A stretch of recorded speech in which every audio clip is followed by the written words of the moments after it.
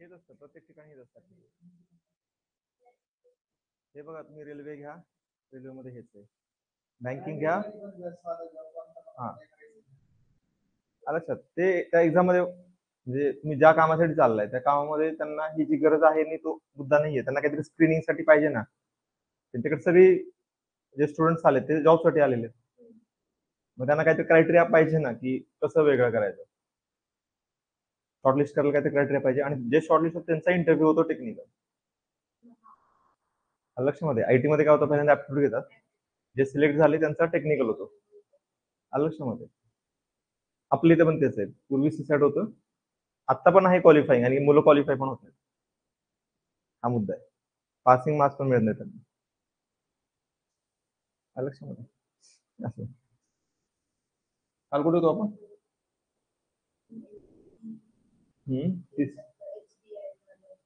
आपण तिसऱ्याला होतो. जी काय सांगायचं राहिलं होतं का काल? मी बोललो होतो, आपण परत बोलू. बरं, कालपर्यंत सगळं क्लिअर आहे का?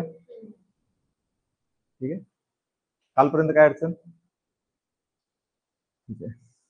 आणि आज तुम्हाला वेळ आहे का एक्झाम आहे उद्या? असं काही नाही ना, थोडं लांबलं पुढलं तर.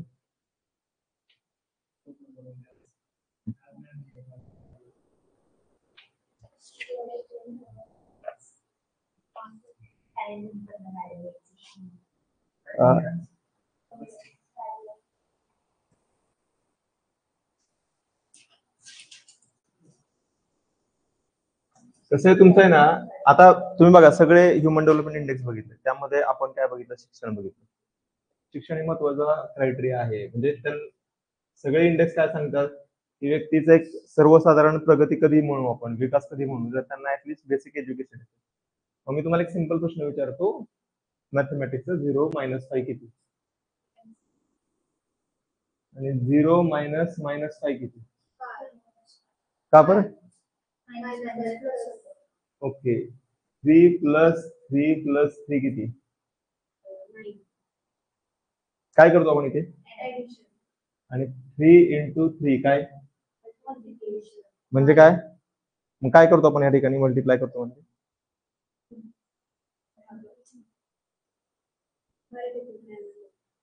हा गुणाकार. आपण गुणाकार करतो म्हणजे काय करतो? म्हणजे काय?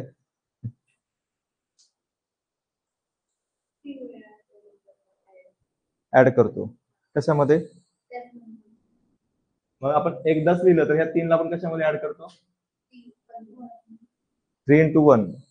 आपण 3 ला आपण कशामध्ये ऍड करतो?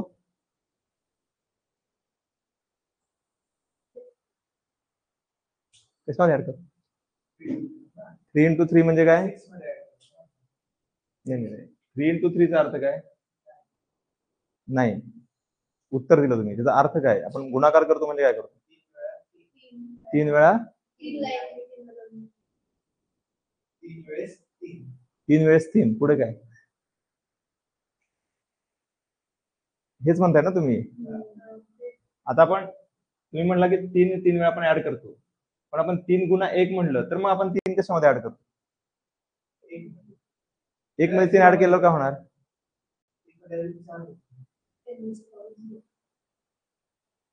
म्हणजेच 1. एनिथिंग रेस्ट पॉवर 0 काय होतं? 1 होतं. म्हणजे बघा, आपण कधी विचार केला नाही मल्टिप्लिकेशन म्हणजे एक्झॅक्टली काय आहे की नाही. आणि हे काय, ह्याचा अर्थ काय होतो? हा 0 - -5 काय होतं? का बरं? फॉर्म्युला आहे. Minus plus. माणसं 13 बनलाय का? असो, ठीक आहे, विचार करा याच्यावरती, आपण पुढे जाऊया. ठीक आहे, गुणाकार म्हणजे काय, भागाकार म्हणजे काय, बेसिक माहित पाहिजे ना आपल्याला. गुणाकार करतो म्हणजे काय करतो, भागाकार म्हणजे काय करतो, मायनस प्लस का? 0 म्हणजे काय? 0 म्हणजे काय? शून्य म्हणजे काय? काहीच हा? काहीच नाही म्हणजे झिरो. मग आपण असं म्हणूया की तुमच्याकडे 10 लाख रुपये कॅश आहे आणि तुमच्यावर 10 लाखाचं कर्ज आहे. तुमच्याकडे झिरो आहे का तुम्ही काहीतरी आहात?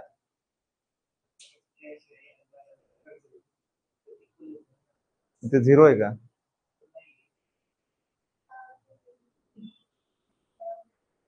विचार करायच्या वरती. तुमच्याकडे काहीच नाही, 1 रुपयाचं कर्ज नाही आणि 1 रुपया खिशात पण नाहीये, ती सिच्युएशन.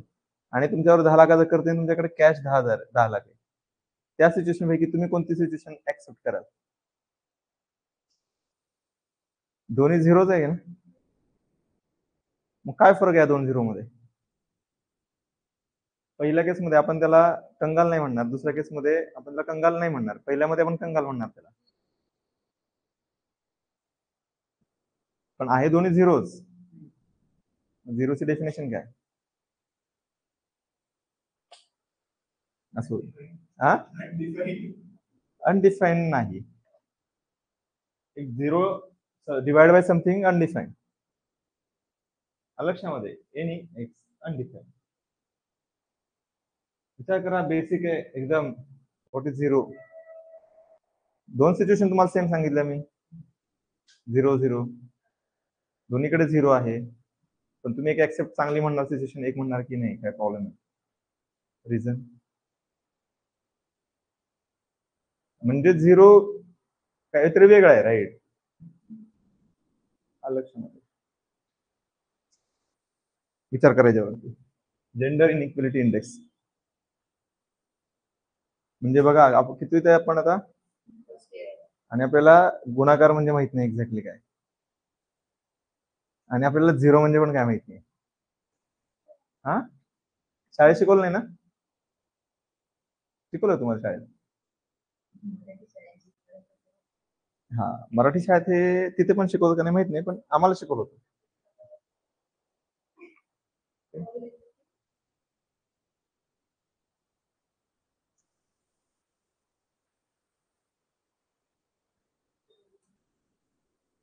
प्रश्न विचारायला शिका. काय करायचंय?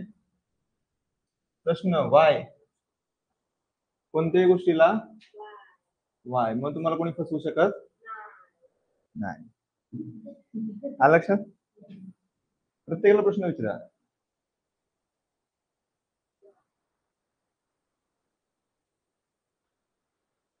आता मला सांगा, हे आपण बघितलं की पहिल्यांदा आपण HDI बघितला. HDI मध्ये काय होतं की त्यांनी काय सांगितलं, 1995 मध्ये एक रिपोर्ट जारी केला, ह्युमन डेव्हलपमेंट रिपोर्ट होता. त्याच्यामध्ये HDI त्यांनी कन्सेप्ट मांडला होता. यामध्ये त्यांनी काय सांगितलं की तुम्ही हे क्रायटेरिया आपण पाहिजे आणि याच्यावरून आपण प्रत्येक देशाचे गुणांकन करायचं आणि त्यानुसार त्यांचं रँकिंग ठरवायचं. पण त्यामध्ये जे त्यांनी क्रायटेरिया यूज केले होते त्यामध्ये इनइक्वॅलिटीचा विचारच होत नव्हता. ठीक आहे, म्हणून आपण काय केलं, इनइक्वॅलिटी ऍडजस्टेड HDI बघितला. त्यात दुसरा हा पण मुद्दा विचारात घेतला नव्हता, जेंडर. म्हणून त्यांनी हा दुसरा एक इंडेक्स लागू केला. आता याचे कंपोनंट कोणते आहेत लिहून घ्या. तुम्हाला हे जे कंपोनंट्स वगैरे आहेत ना, ते माहित असणं खूप गरजेचं आहे. प्रश्न इथेच पडतो. ठीक आहे, पहिला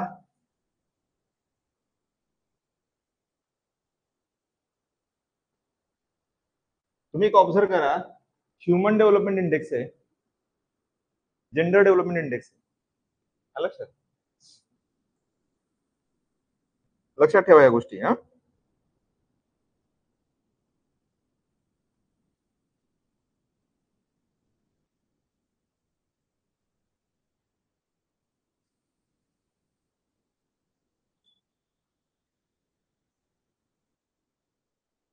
रोजगार क्षेत्र.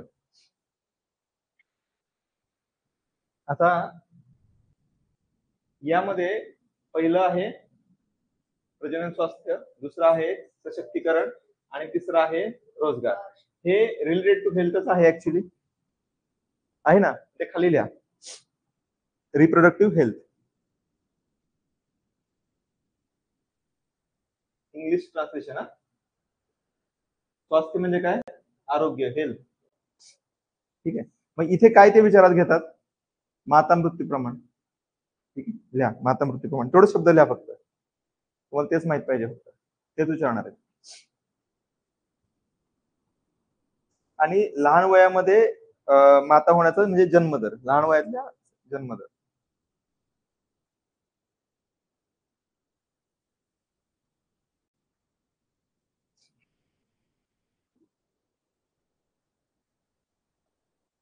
ठीक आहे.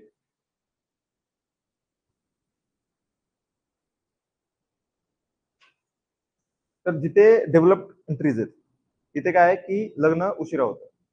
त्यामुळे काय की जन्मदर उच्च असतो. शिक्षण जास्त असतं. शिक्षण होईपर्यंत 21-22 वर्ष जातात. ठीक आहे. कधी कधी 25 वर्ष जातात. त्यामुळे काय होतं? उशिरा लग्न, उशिरा मुलं होतात. मुलं उशिरा झाली म्हणजे काय होतं? लोकसंख्या कमी वाढते. तिचं रिलेशन कसं आहे बघा, की सपोज तुमचं एखाद्या स्त्रीचं 16व्या वर्षी लग्न झालं. ठीक आहे. सो तिच्याकडे 35 to 36 इयर्स पर्यंत वेळ आहे. रिप्रोडक्टिव्ह एज आहे. किती एज आहे? 20 इयर्स. ठीक आहे. आता दुसरं आहे जिचं लग्न 25 मध्ये झालेलं आहे. तिच्याकडे पण 35 पर्यंत आहे. तिच्याकडे 10 वर्षच आहेत. मग याच्यामध्ये चिल्ड्रन जास्त होण्याचे चान्सेस आहेत, याच्यामध्ये कमी आहेत. म्हणजे जर कमी वयामध्ये लग्न झालं तर मुलं जनरली जास्त होतात. आलं लक्षामध्ये? आणि जास्त वयामध्ये लग्न झालं तर मुलं कमी होणार आहे. त्याचा परिणाम कसा होणार आहे? लोकसंख्येवरती. आलं लक्षामध्ये? म्हणून स्त्रियांना जर का उशिरा लग्न केलं, शिक्षण वगैरे दिलं तर याचा फायदा काय होतो? पहिली गोष्ट म्हणजे एज्युकेशनमुळे जॉब वगैरे तर भेटणारच आहे. ठीक आहे, त्याचा फायदा होणारच आहे फॅमिलीला. पण त्याचबरोबर लोकसंख्या नियंत्रणाला पण फायदा होतो. आता तुम्ही आजूबाजूला आठवा की लोकसंख्येवर काय डिबेट होतं. लोकसंख्येवरती डिबेट ऐकलेत का तुम्ही आजूबाजूला? ऐकलेत? तुम्ही ऐकलेत का की लोकसंख्या नियंत्रणासाठी प्रयत्न केले पाहिजेत, भारतीय लोकसंख्या खूप वाढते, याच्यावर डिबेट ऐकतो तुम्ही टीव्हीवरती? टीव्ही पाहता? हम दो हमारे दो ऐकले? आलं लक्षामध्ये? त्यांनी काय केलं? हा हा, या स्टेप मध्ये हे लक्षात घ्या, हम दो हमारे एक, हमारे दो, नाही का? आणि हे कुठं राबवलं गेलं होतं? चायनामध्ये राबवलं गेलं. बरोबर. आणि हे कुठं राबवलं गेलं होतं? यामध्ये कोणतं जास्त इफेक्टिव्ह आहे लोकसंख्या नियंत्रणासाठी? का बरं? ओके, मग त्यानं काय होईल? पॉप्युलेशन कमी येणार. का बरं? हे बघा, विषय कसा होतो यामध्ये की एक स्त्री आणि एक पुरुष आहे, यांचा मुलगा एकच झाला तर इथे लोकसंख्या 2 होती, ती किती झाली? म्हणजे नेक्स्ट जनरेशन मध्ये लोकसंख्या कमी होत जाणार आहे. लक्षात आहे का? आणि इथे काय होणार आहे? दोघांच्या बदली दोघं. लक्षात येते? आणि इथे सुद्धा एक्झॅक्टली रिप्लेसमेंट होत नाही. हा जो आहे हा रिप्लेसमेंटचा आहे, म्हणजे लोकसंख्या कंट्रोल जेवढी आहे तेवढी ठेवण्याचा प्रयत्न. पण इथे पण पुढे काहीतरी कोणीतरी मरू शकतं, काय होऊ शकतं, आजार वगैरे. तो एक पॉइंट आपण घेऊन काही याला 2 पॉइंट समथिंग पकडणार, 1 2. ठीक आहे, हा एक पॉइंट आहे की जिथं रिप्रोडक्शन, ह्याच्यावरती एमपीएससीने पूर्वी प्रश्न विचारलेला आहे की रिप्लेसमेंट दर कोणता. मग आता कोणतं जास्त इफेक्टिव्ह आहे, हे का हे? हम दो हमारे एक, हम दो हमारे दो, हे जास्त इफेक्टिव्ह आहे का? इकॉनॉमीसाठी का इफेक्टिव्ह आहे? कारण लोकसंख्या पण पाहिजे ना. आलं लक्षामध्ये? का बरं? का लोकसंख्या पाहिजे रिप्लेसमेंटसाठी? नाही. आता लक्षात घ्या, जर हा एकच आहे, ज्यावेळेस हे म्हातारे होतील त्यावेळेस याच्यावरती तिघांचा बोजा असेल. इकॉनॉमिकली काय झालं, ते बर्डन झालं. पण दोघं असतील तर दोघांना इक्वल बोज आहे, म्हणजे त्यांना स्ट्रेस नाही येणार इकॉनॉमीमध्ये. आलं लक्षामध्ये? आता सांगा, तुम्ही आजूबाजूला डिबेट ऐकता लोकसंख्या वाढीवरती? आपल्या इथं कायदा आहे का लोकसंख्या ह्यासाठी कमी ठेवण्यासाठी? काय आहे का कायदा? असा कायदा आहे का की लोकसंख्या कमी असली पाहिजे म्हणून आपल्या इथे? कायदा नाही, कुठलाही कायदा नाही. लोकसंख्या वाढू नाही म्हणून त्यांनी काही तुम्हाला रूल बनवलेत, जसं की तुम्हाला सरकारी जॉब हवा असेल 2 पेक्षा कमी पाहिजे, 2 किंवा 2 पेक्षा कमी पाहिजे. मग मला सांगा, पहिला मुलगा झाला आणि दुसऱ्या मुलाच्या वेळेस ट्विन झाले, तर जॉब जाणार? सांगता नाही. पहिला मुलगा दुसऱ्याच्या वेळेस ट्विन झाले तर जॉब जात नाही, दुसऱ्याला ट्विन झाले तर जॉब जात नाही. आलं लक्षामध्ये? कारण त्यांनी बाय पर्पज केलंय का ते? हा एक्सेप्शन आहे ना, नेहमी होतं का आपल्या इथं ट्विन्स? पण जर पहिल्याच त्याला ट्विन्स झाले तर दुसरं करता येणार नाही, गव्हर्नमेंट जॉब पाहिजे असो. गव्हर्नमेंट जॉब भेटल्यानंतरच, जर तुमच्या आधीच जास्त झाले तुम्हाला तर तुम्ही अप्लायच नाही करू शकत, विषय संपला. हा, तुम्हाला जॉब मिळाला आणि त्यानंतर तुम्ही 3 मुलं केली तरी सुद्धा तुमचा जॉब जाणार आहे. आलं लक्षामध्ये? तुम्हाला ते प्रतिज्ञापत्र द्यावं लागतं तसं जॉबच्या वेळेस. ठीक आहे, म्हणजे गव्हर्नमेंटने काय केलं, तुम्हाला डिस्करेज केलेलं आहे. लोकसंख्या वाढीसाठी जेव्हा हम दो हमारे दो त्यांना राबवायचं होतं, तर आपल्या इथं नियम कायदा करता येत नाही. का नाही करता येत? डेमोक्रेसी आपल्या इथे. डेमोक्रेसीमध्ये एक मोठा वर्ग तो म्हणतो नाही, मुलं तर दे नाही वरचेची. ठीक आहे, मग आपण काय, पाहिजे तेवढी मुलं पाहिजे आम्हाला. त्या केसमध्ये तुम्ही नियम नाही करू शकत, कारण मग तुम्ही निवडून नाही येणार. मग डिस्करेज कसं करणार, तर या प्रकारे करणार. असो, रिप्रोडक्टिव्ह हेल्थसाठी महत्वाच्या गोष्टी कोणत्या आहेत? माता मृत्यू दर, आणि दुसरा जन्मदर, म्हणजे कोणत्या वयामध्ये, पौगंडावस्था म्हणतो आपण त्याला. दुसरं आहे सशक्तीकरण. हे कसं मोजणार आपण? स्त्री सशक्तीकरण काय आहे? एम्पॉवरमेंट इंग्लिश मध्ये.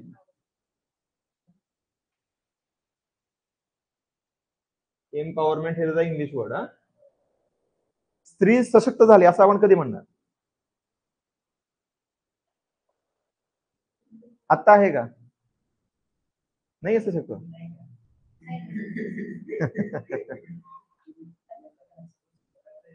नाही नाही, सशक्तचा डेफिनेशन काय आहे तुमच्या मते? इंडिपेंडंट. ओके, अजून आहे इंडिपेंडंट पण एक शब्द आहे इम्पॉर्टंट. अजून स्वतंत्र, आपण इंडिपेंडंट म्हणजे स्वतंत्र म्हणून. पण स्त्री सशक्त आहे हे आपण कधी म्हणणार? काय क्षमता? कशाची? स्त्रीमध्ये क्षमता पहिल्यापासून होती. टाइम पासून क्षमता आहे स्त्रीमध्ये. क्षमता कधी नव्हती सांगा ना तुम्ही? शेतीचा शोध कोणी लावला? शेतीचा शोध कोणी लावला?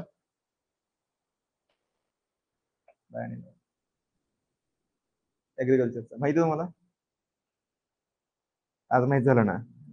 तर यांचा संसदेमध्ये किती वाटा आहे स्त्रियांचा, तो क्रायटेरिया इथे पकडला जातो.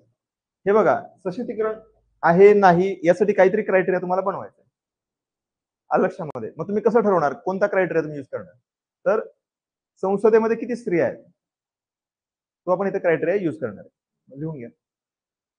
स्त्री पुरुषांचा संसदेतील सहभाग,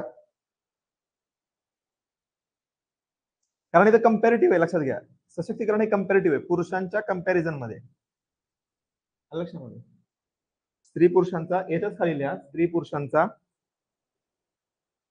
सहभाग व माध्यमिक शिक्षणातील प्रमाण.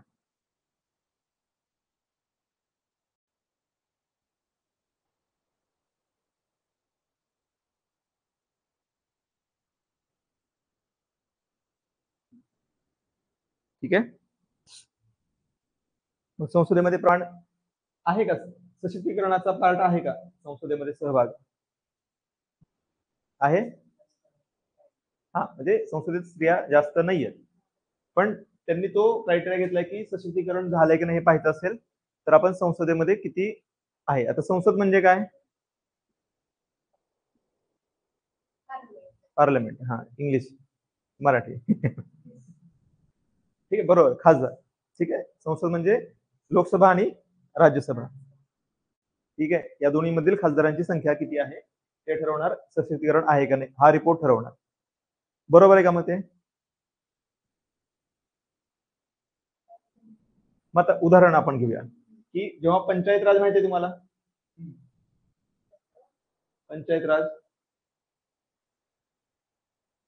माहिती आहे? ऐकलंय? ऐकलंय पंचायत राज काय आहे?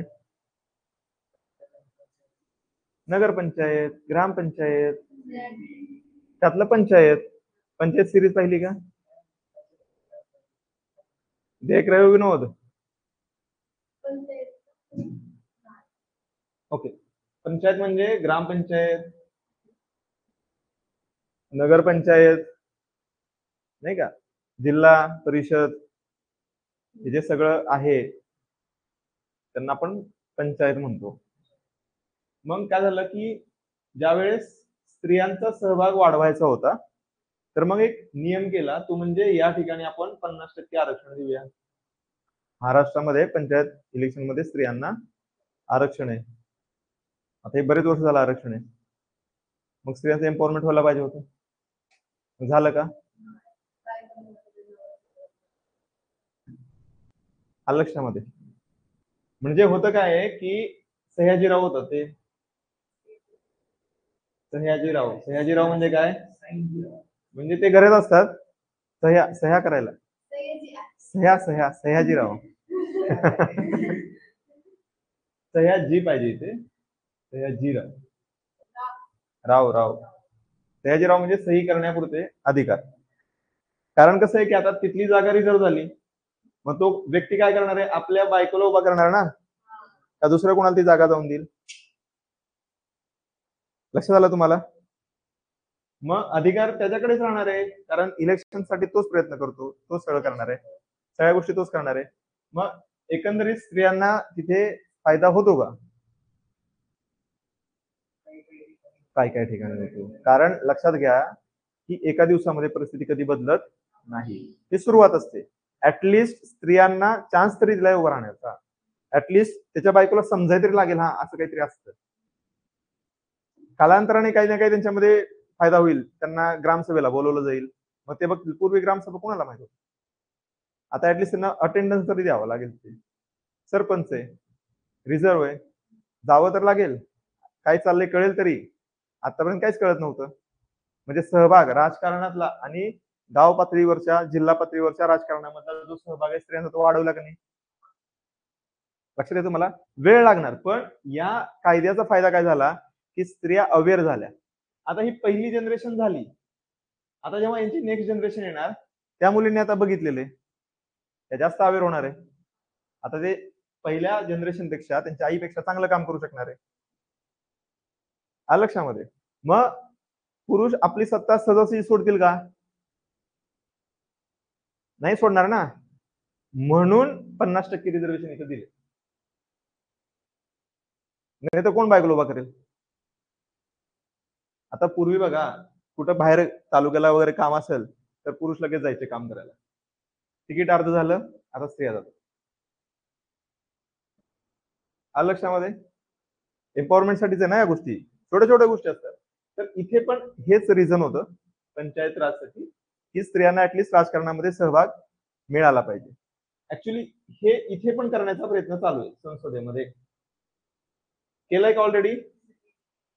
ऑलरेडी केलंय. कधीपासून लागू होणार?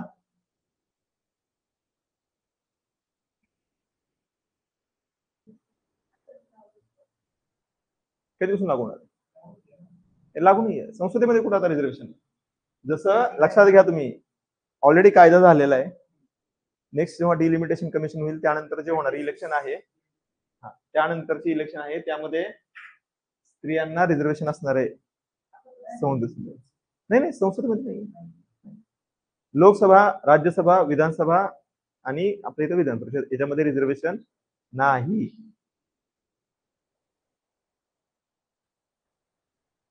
लक्षात घ्या, रिझर्वेशनचं कारण काय आहे की आपल्याला संसदेमध्ये जास्तीत जास्त स्त्रियांना पाठवायचं. फायदा काय? आता मुद्दा हा आहे की आपण आतापर्यंत हे बोललो, आता मला सांगा की संसदेत कोण गेलं याच्यावरती काय फायदा आहे का? स्त्रिया गेले का पुरुष गेले, हा फायदा आहे का? म्हणजे ह्यांना असं काय म्हणायचंय, हे जे इंडेक्स बनवणाऱ्यांना, की स्त्री गेली तर स्त्रीचा विचार करेल, पुरुष स्त्रीचा विचार करणार नाही. मग स्त्रिया जर संसदेत गेल्या तर स्त्रियांसाठी अनुकूल असे कायदे बनले जातील. बरोबर आहे का हे? बरोबर आहे का? मग आता कोणते कायदे आहेत की जे विरोधात आहेत स्त्रियांच्या?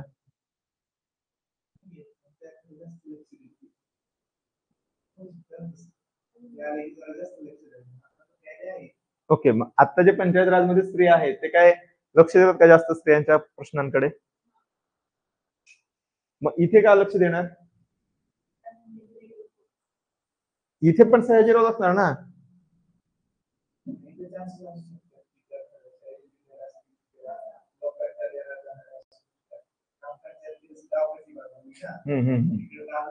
इथे त्यांना एवढे अधिकार नाही आहेत, इथे त्यांना अधिकार आहेत.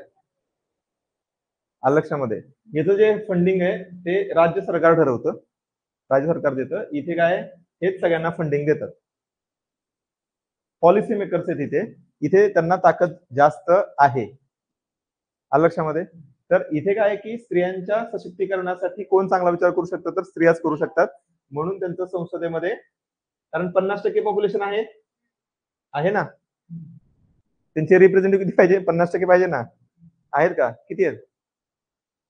5%, 7% त्याच्या आसपास. लक्षामध्ये. मग हे आपल्याला कितीपर्यंत वाढवायचंय? पण असं मिळेल का? देणार का बाकीचे?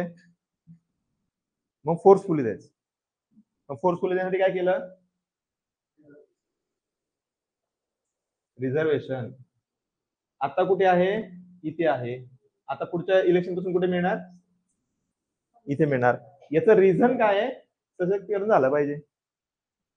हे सगळं कशासाठी चाललंय? महिलांचं एम्पॉवरमेंट. लक्षामध्ये.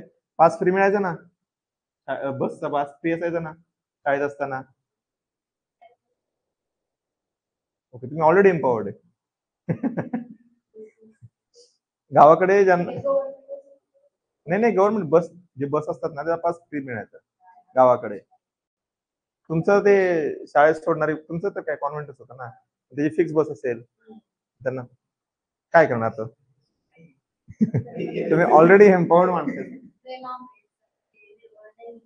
कसं आहे, गावाकडे की नाही, गावाकडे खेडेगाव असतात, जवळपास शाळा असते. सपोज तालुक्याच्या ठिकाणी शाळा आहे, 20 किलोमीटरवर शाळा आहे.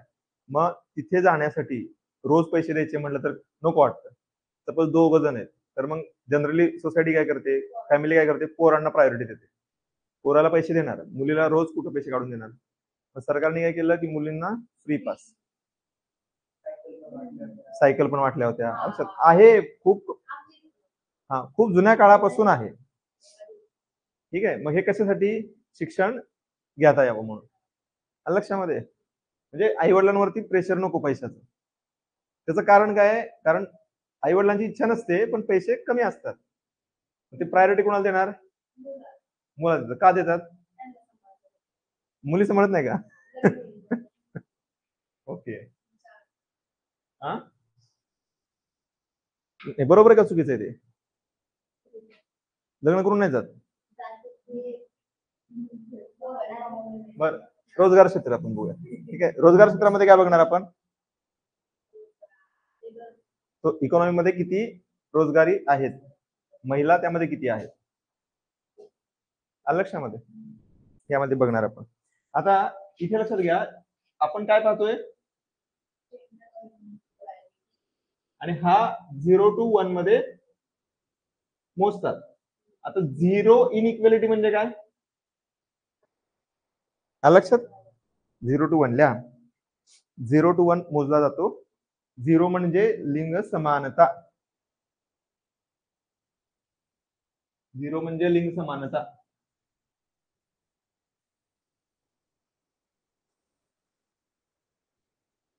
आणि 1 म्हणजे तीव्र असमानता.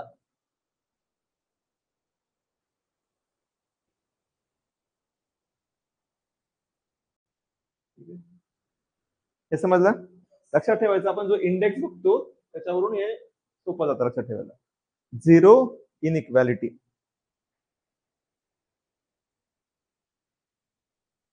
जेंडर. ठीक आहे, हे ट्रान्सलेशन बरोबर आहे का? लिंगचा अर्थ काय मराठीमध्ये आपण काय म्हणतो? पुल्लिंग, स्त्रीलिंग. स्त्रीलिंग.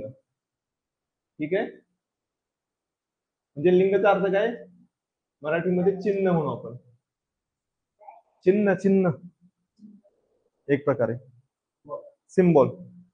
ठीक आहे, नाही कळलं?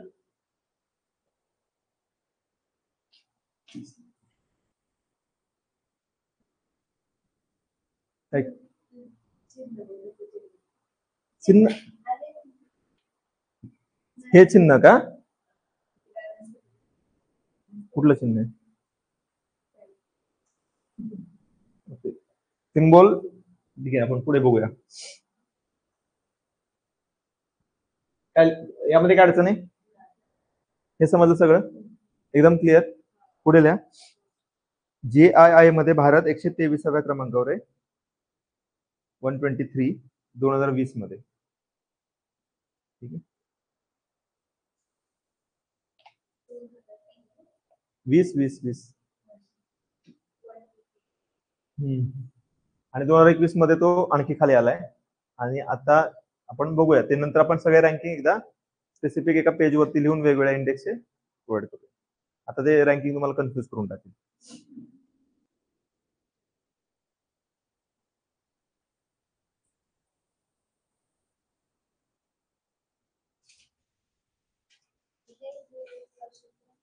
काय काय त्यामध्ये इकॉनॉमी मध्ये प्रत्येक क्षेत्र, प्रायव्हेट वगैरे सगळीकडे स्त्रियांची संख्या किती आहे पुरुषांच्या प्रमाणामध्ये ते कॅल्क्युलेट केलं जातं.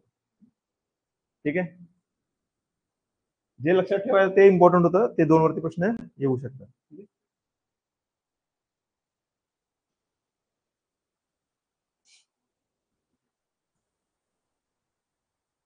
लिंग आधारित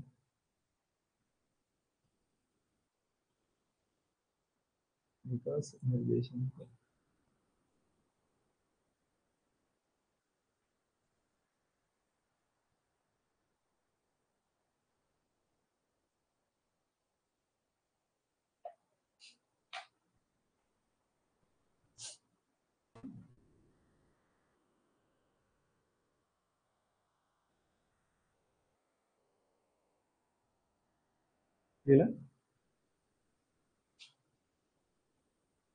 आता यामध्ये बघा,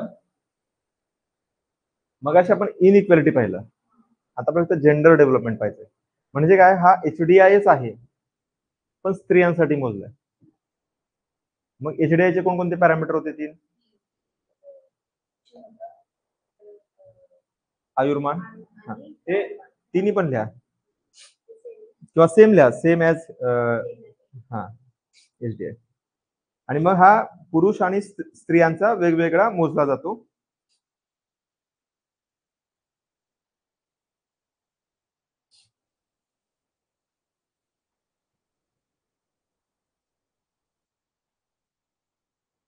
ठीक आहे, आणि महिला HDI चे पुरुष HDI शी प्रमाण म्हणजेच GDI होय. एवढं एक स्टेटमेंट लिहा, बस झालं. महिला HDI चे पुरुष HDI शी प्रमाण म्हणजे GDI होय. ठीक आहे,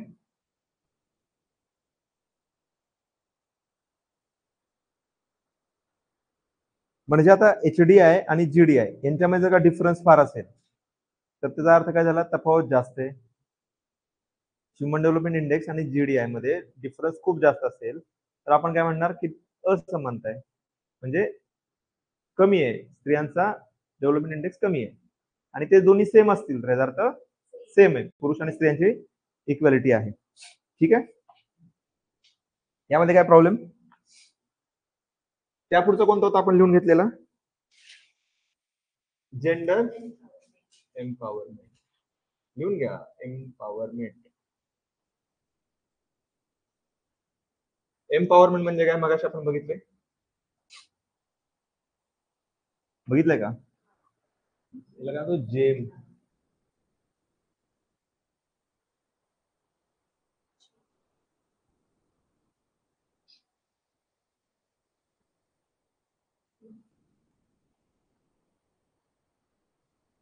एम्पॉवरमेंट म्हणजे सक्षमीकरण. ठीक आहे, आपण इथं लिहूया वाटतं सर, लिंग सक्षमीकरण निर्देशांक. ठीक आहे, पहिला आहे राजकीय सहभाग.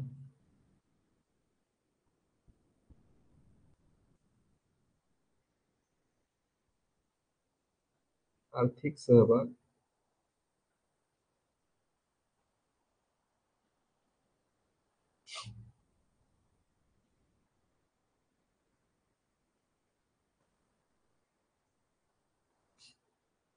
आर्थिक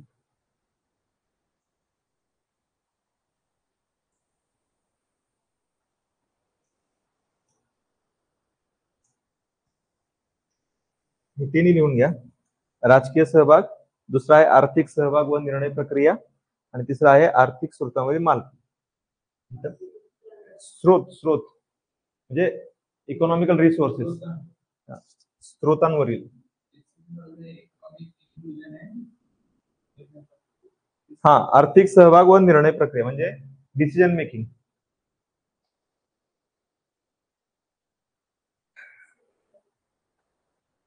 हे आपण मगाशी बघितलं. राजकीय सहभाग म्हणजे काय? संसदेमध्ये प्रमाण किती आहे? हा, रिझर्वेशन नाही, प्रमाण. रिझर्वेशन आपण ते वाढवण्यासाठी देतोय. रिझर्वेशन, एक मिनिट, तुम्हाला रिझर्वेशन वर जर तुम्ही आजूबाजूला सगळीकडे गोंधळ ऐकत असाल, आता सध्या महाराष्ट्रामध्ये सगळ्यात मोठा गोंधळ चालू आहे, ओबीसी चालू आहे. आपण आहे ना, हे एवढं कम्प्लीट करूया, आपण हा मुद्दा घेऊया. ठीक आहे, ईशांत लोकांतर हे पण राहायचं परत. ठीक आहे, हे समजलं. इथे काय बघतो आपण? संसदेमधील, मग ह्या संसदेतील सहभाग एवढा एकच वडल्याचा आहे. ठीक आहे, म्हणजे महिलांचा वर का, आपण महिलांचा विचार करतो, स्त्रिया म्हणजे आपण तुलना करू त्यामध्ये. दुसरा आहे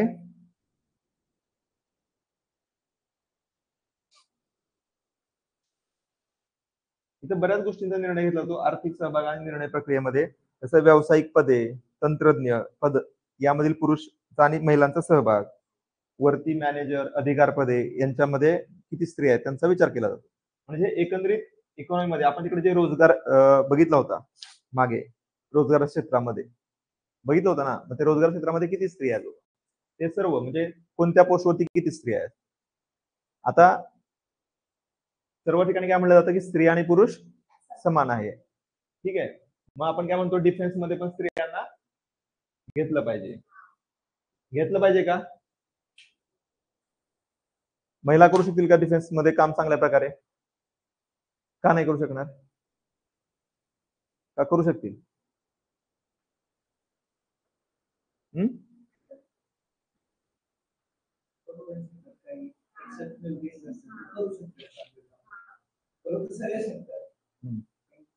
याच्यावर याच्यावरती आपले जे एअर चीफ, आपले आर्मी चीफ आहेत, त्यांचा एक मस्त इंटरव्ह्यू आहे, त्यांनी उत्तर दिलेलं होतं.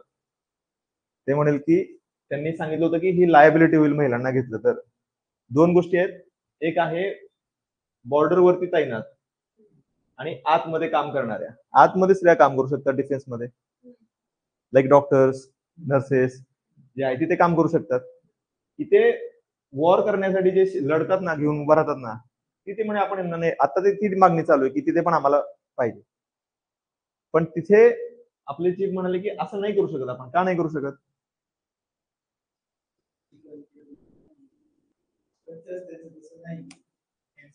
ओके, आणखी इथे त्यांनी उत्तर दिलं होतं की बॉर्डर वाचवायची, स्वतःला वाचवायचं का आपल्या बरोबर स्त्रियांना वाचवायचा हा प्रश्न उभा होईल म्हणे. आलं लक्षामध्ये. आता जर का एखादा सैनिक विरोधकांच्या हातामध्ये पडला तर एवढा मोठा बवाल होत नाही. पण जर सपोज एखादी स्त्री सैनिक असेल ती पडली तर मात्र खूप मोठा बवाल होईल. अपनी बेटी वगैरे मग सगळ्या गोष्टी सुरुवात होतील. मीडियामध्ये मोठा प्रेशर येईल सरकारवरती, निर्णय घेता येणार. म्हणून सध्या या मुद्द्यावरती जे फ्रंटलाईन जे वॉर करतात ऍक्च्युली त्या ठिकाणी स्त्रियांचा सहभाग नाहीये. अजून कुठे नाहीये? प्लंबर वगैरे तुम्ही स्त्रिया बघितल्यात का? तिथे पण इक्वेलिटी पाहिजे का नाही?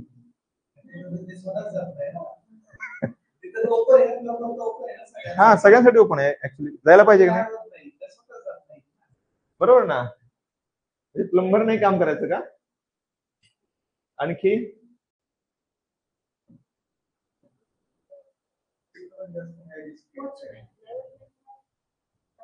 आहे, इक्वेलिटी पाहिजे ना. पण वॉचमॅन असतात,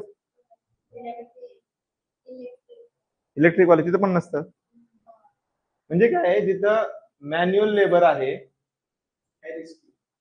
मॅन्युअल लेबर, आणि जिथं रिस्क जास्त आहे तिथं कोणत्याही स्त्रिया म्हणत नाहीत आम्हाला इक्वेलिटी पाहिजे.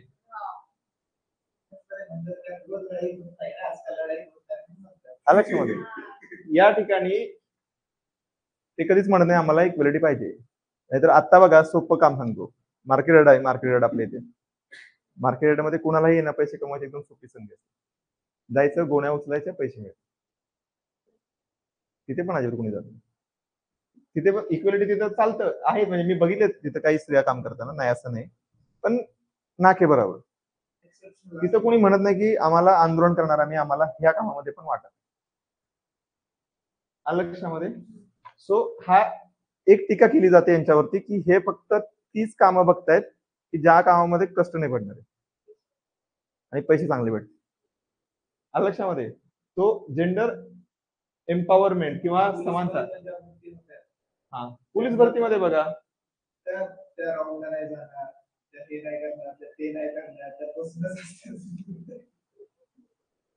हा म्हणजे पोलीस चोरांच्या मागे नाही पळणार, नॉर्मल आपलं काम करणार, थोडं कमी रिस्की काम करणार. आलं लक्षामध्ये. म्हणजे अग्निशामन दल म्हणा, तुम्ही पाहता का तुम्ही तिथे तिथे पाहता का तुम्ही महिलांना फायर? हा, म्हणजे तिथं तुम्ही कधी बघित विरोध कुठेच नाहीये, म्हणजे कुठेच अडवणूक नाहीये भारतामध्ये. तुम्ही कुठेही जाऊ शकता. पण आंदोलन तिथं होतं का? आता ओपन आहे त्या गोष्टी, पण आंदोलन कुठे होतं की आपल्याला आता हे बरोबर चूक आपण ह्यामध्ये नको पडायला. पण जे याला विरोध करतात की हे इक्वल वगैरे काही नाहीये, आलक्षामध्ये प्रत्येक जण त्याच्या क्षमतेनुसार काम करते. आलक्षामध्ये मग त्यांनी उदाहरण दिलं की नर्सिंग मध्ये ऑटोमॅटिकली स्त्रिया जास्त. तिथे कोणताही पुरुष नाही आला की आम्हाला 50% पाहिजे. आलक्षामध्ये. किंवा टीचर्स मध्ये त्यातल्या लहान मुलांची टीचिंग असते, लहान मुलांची. मोठ्या कॉलेजमध्ये वगैरे ठीक आहे, लहान मुलांना पुरुष स्वतःहूनच जात नाही, सांभाळता येत नाही मुलांना. त्यांचं महिलांचा नॅचरल स्वभाव आहे. म्हणजे त्यांनी जे याला दुसरी बाजू मांडतात त्याची एम्पॉवरमेंटची, ते काय म्हणतात की नॅचरल यांच्यामध्ये फरक आहे. हे काही काम चांगलं करू शकतो. जसं मी म्हणलं, शेतीचा शोध कोणी लावला? का लावला? हा, पुरुषच्या काय सुरुवातीला काय झालं, शिकारीचा सुरुवात झाली. मग पुरुष जायचे शिकार करत, घरी असायचे, मग यांनी तो शोध लावला. हेच आपण असं करू शकतो. आलं लक्षामध्ये. म्हणजे काय की प्रत्येकाचं जे याच्या विरोधात बोलतात ते म्हणतात इक्वेलिटी वगैरे, हे एक मिथ आहे. कारण नॅचरली ह्यांच्यामध्ये डिव्हिजन ऑफ लेबर आहे. आलं लक्षामध्ये. हा, डिव्हिजन ऑफ लेबर आहे. म्हणजे कोण काही काम करू शकतं, कोण काही काम करू शकत. हे सिंपल आहे. हा, सो इक्वेलिटी म्हणजे इक्वेलिटी ऍक्च्युली कुठेच नसते. पण जे तो मुद्दा मांडतात, आता आपण जे बघतोय ना, हे एम्पॉवरमेंटचे रिलेटेड मुद्दे बघतो.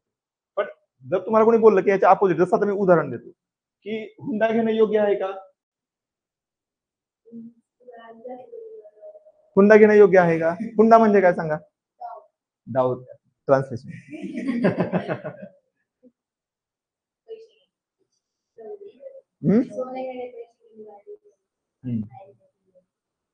बोला बोला. म्हणजे आपल्याला लहानपणापासून काय सांगितलं की हुंडा हे एक चुकीची परंपरा आहे. लक्षामध्ये गिफ्ट म्हणा काही म्हणा ते एकच आलं शेवटी ना. मग याला पहिल्यापासून काही गव्हर्नमेंटने हे गोष्टी काय केल्या, बंद करण्याचा प्रयत्न केला. हा अजून हुंडा आहे ना, आणि तो बंद होणार पण नाही. का नाही होणार? कारण आता 2 मिनिटांनंतर तुम्ही पण म्हणणार आहे बरोबर आहे, कारण आता मी सांगणार आहे. रिझन सांगतो आता जर तुम्ही कोर्टमध्ये गेला तर सर्वात जास्त केसेस कुठे होतात? प्रॉपर्टीच्या मालकीवरून. प्रॉपर्टी. आता विषय असा आहे की काही स्त्रिया काय म्हणतात, काही स्त्रिया याच्या सपोर्टमध्ये पण आहेत, काही याच्या विरोधात आहेत. विरोधात कोण असतं? ज्यांचं अजून लग्न झालेलं नसतं किंवा नुकतंच लग्न झालेलं असतं, काही वर्ष चाललेले आहेत, ते एकदम सपोर्ट. आता जेव्हा यांचे ज्यावेळेस लग्न होतात, यांची मुलं मोठ होतात ना, ते मुलं म्हणतात नाही मला अधिकार पाहिजे. कशामध्ये? तू पण मुलगी आहे ना आई वडिलांची, मग मुलीचा वाटा पाहिजे की नाही, इक्वेलिटी पाहिजे की नाही. ते तुमचा भाऊ असेल आणि तुम्ही दोघांचा प्रॉपर्टीमध्ये इक्वल वाटा पाहिजे. लक्षामध्ये पाहिजे का नाही पाहिजे? आपल्या इथं आहे का वाटा? आपल्या इथे वाटा आहे का? मग हे चुकीचं आहे का बरोबर आहे? म्हणजे तुम्ही विचार करा, सिस्टम काय म्हणते की जन्माला आल्यापासून पहिली प्रायोरिटी भावाला. बरोबर आहे. तुम्हाला जर का सपोज कुठल्या ठिकाणी कॉलेजला ऍडमिशन घ्यायचंय, महाग असेल, तुम्ही याला बाजूला ठेवणार, पहिल्यांदा त्याला देणार. बरोबर ना? प्रायोरिटी कुठे?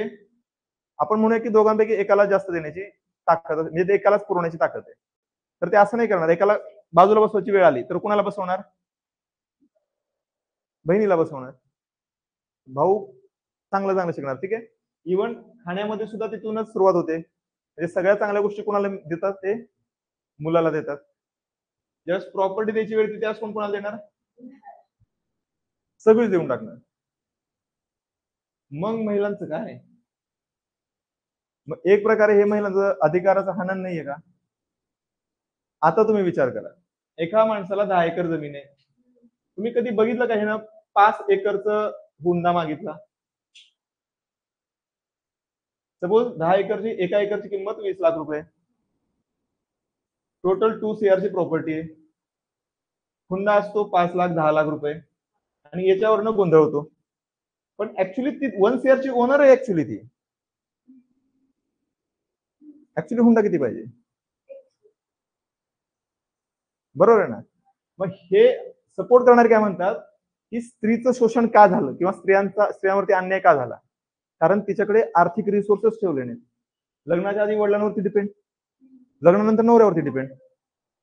मग लग्न झाल्यानंतर ती विरोधात का नाही जाऊ शकत? कारण अधिकार कोणाकडे? सगळे पैशाचे नवऱ्याकडे. मग तिथं पण काय बोलायचं नाही. मग सरकारने काय केलं, गव्हर्नमेंटने काय केलं, इन केस ऑफ डिवोर्स सर्व कायदे स्त्रियांच्या फेवरमध्ये बनवले. लक्षामध्ये तिच्या जगण्याचा पूर्ण हे दिलं पाहिजे.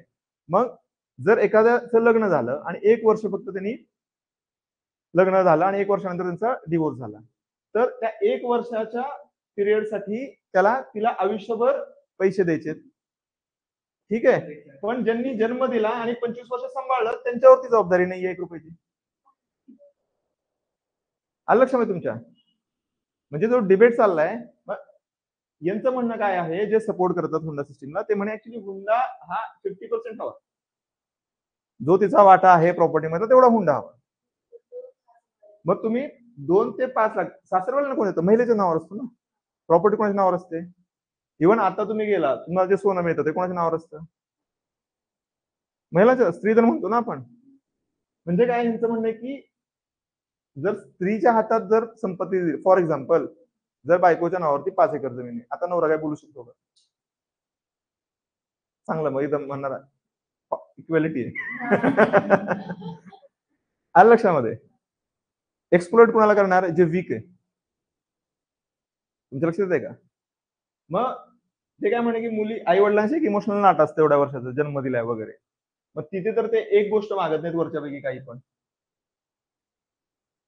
लक्षामध्ये. आणि लग्नानंतर मात्र इक्वेलिटी.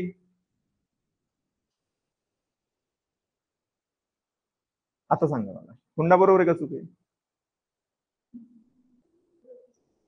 कारण सर्वात जास्त याच मुद्द्यामुळे जर हुंडा नाही ठेवला तर मग सिंपल गोष्ट आहे, तुम्ही प्रॉपर्टीमध्ये इक्वल वाटा द्या.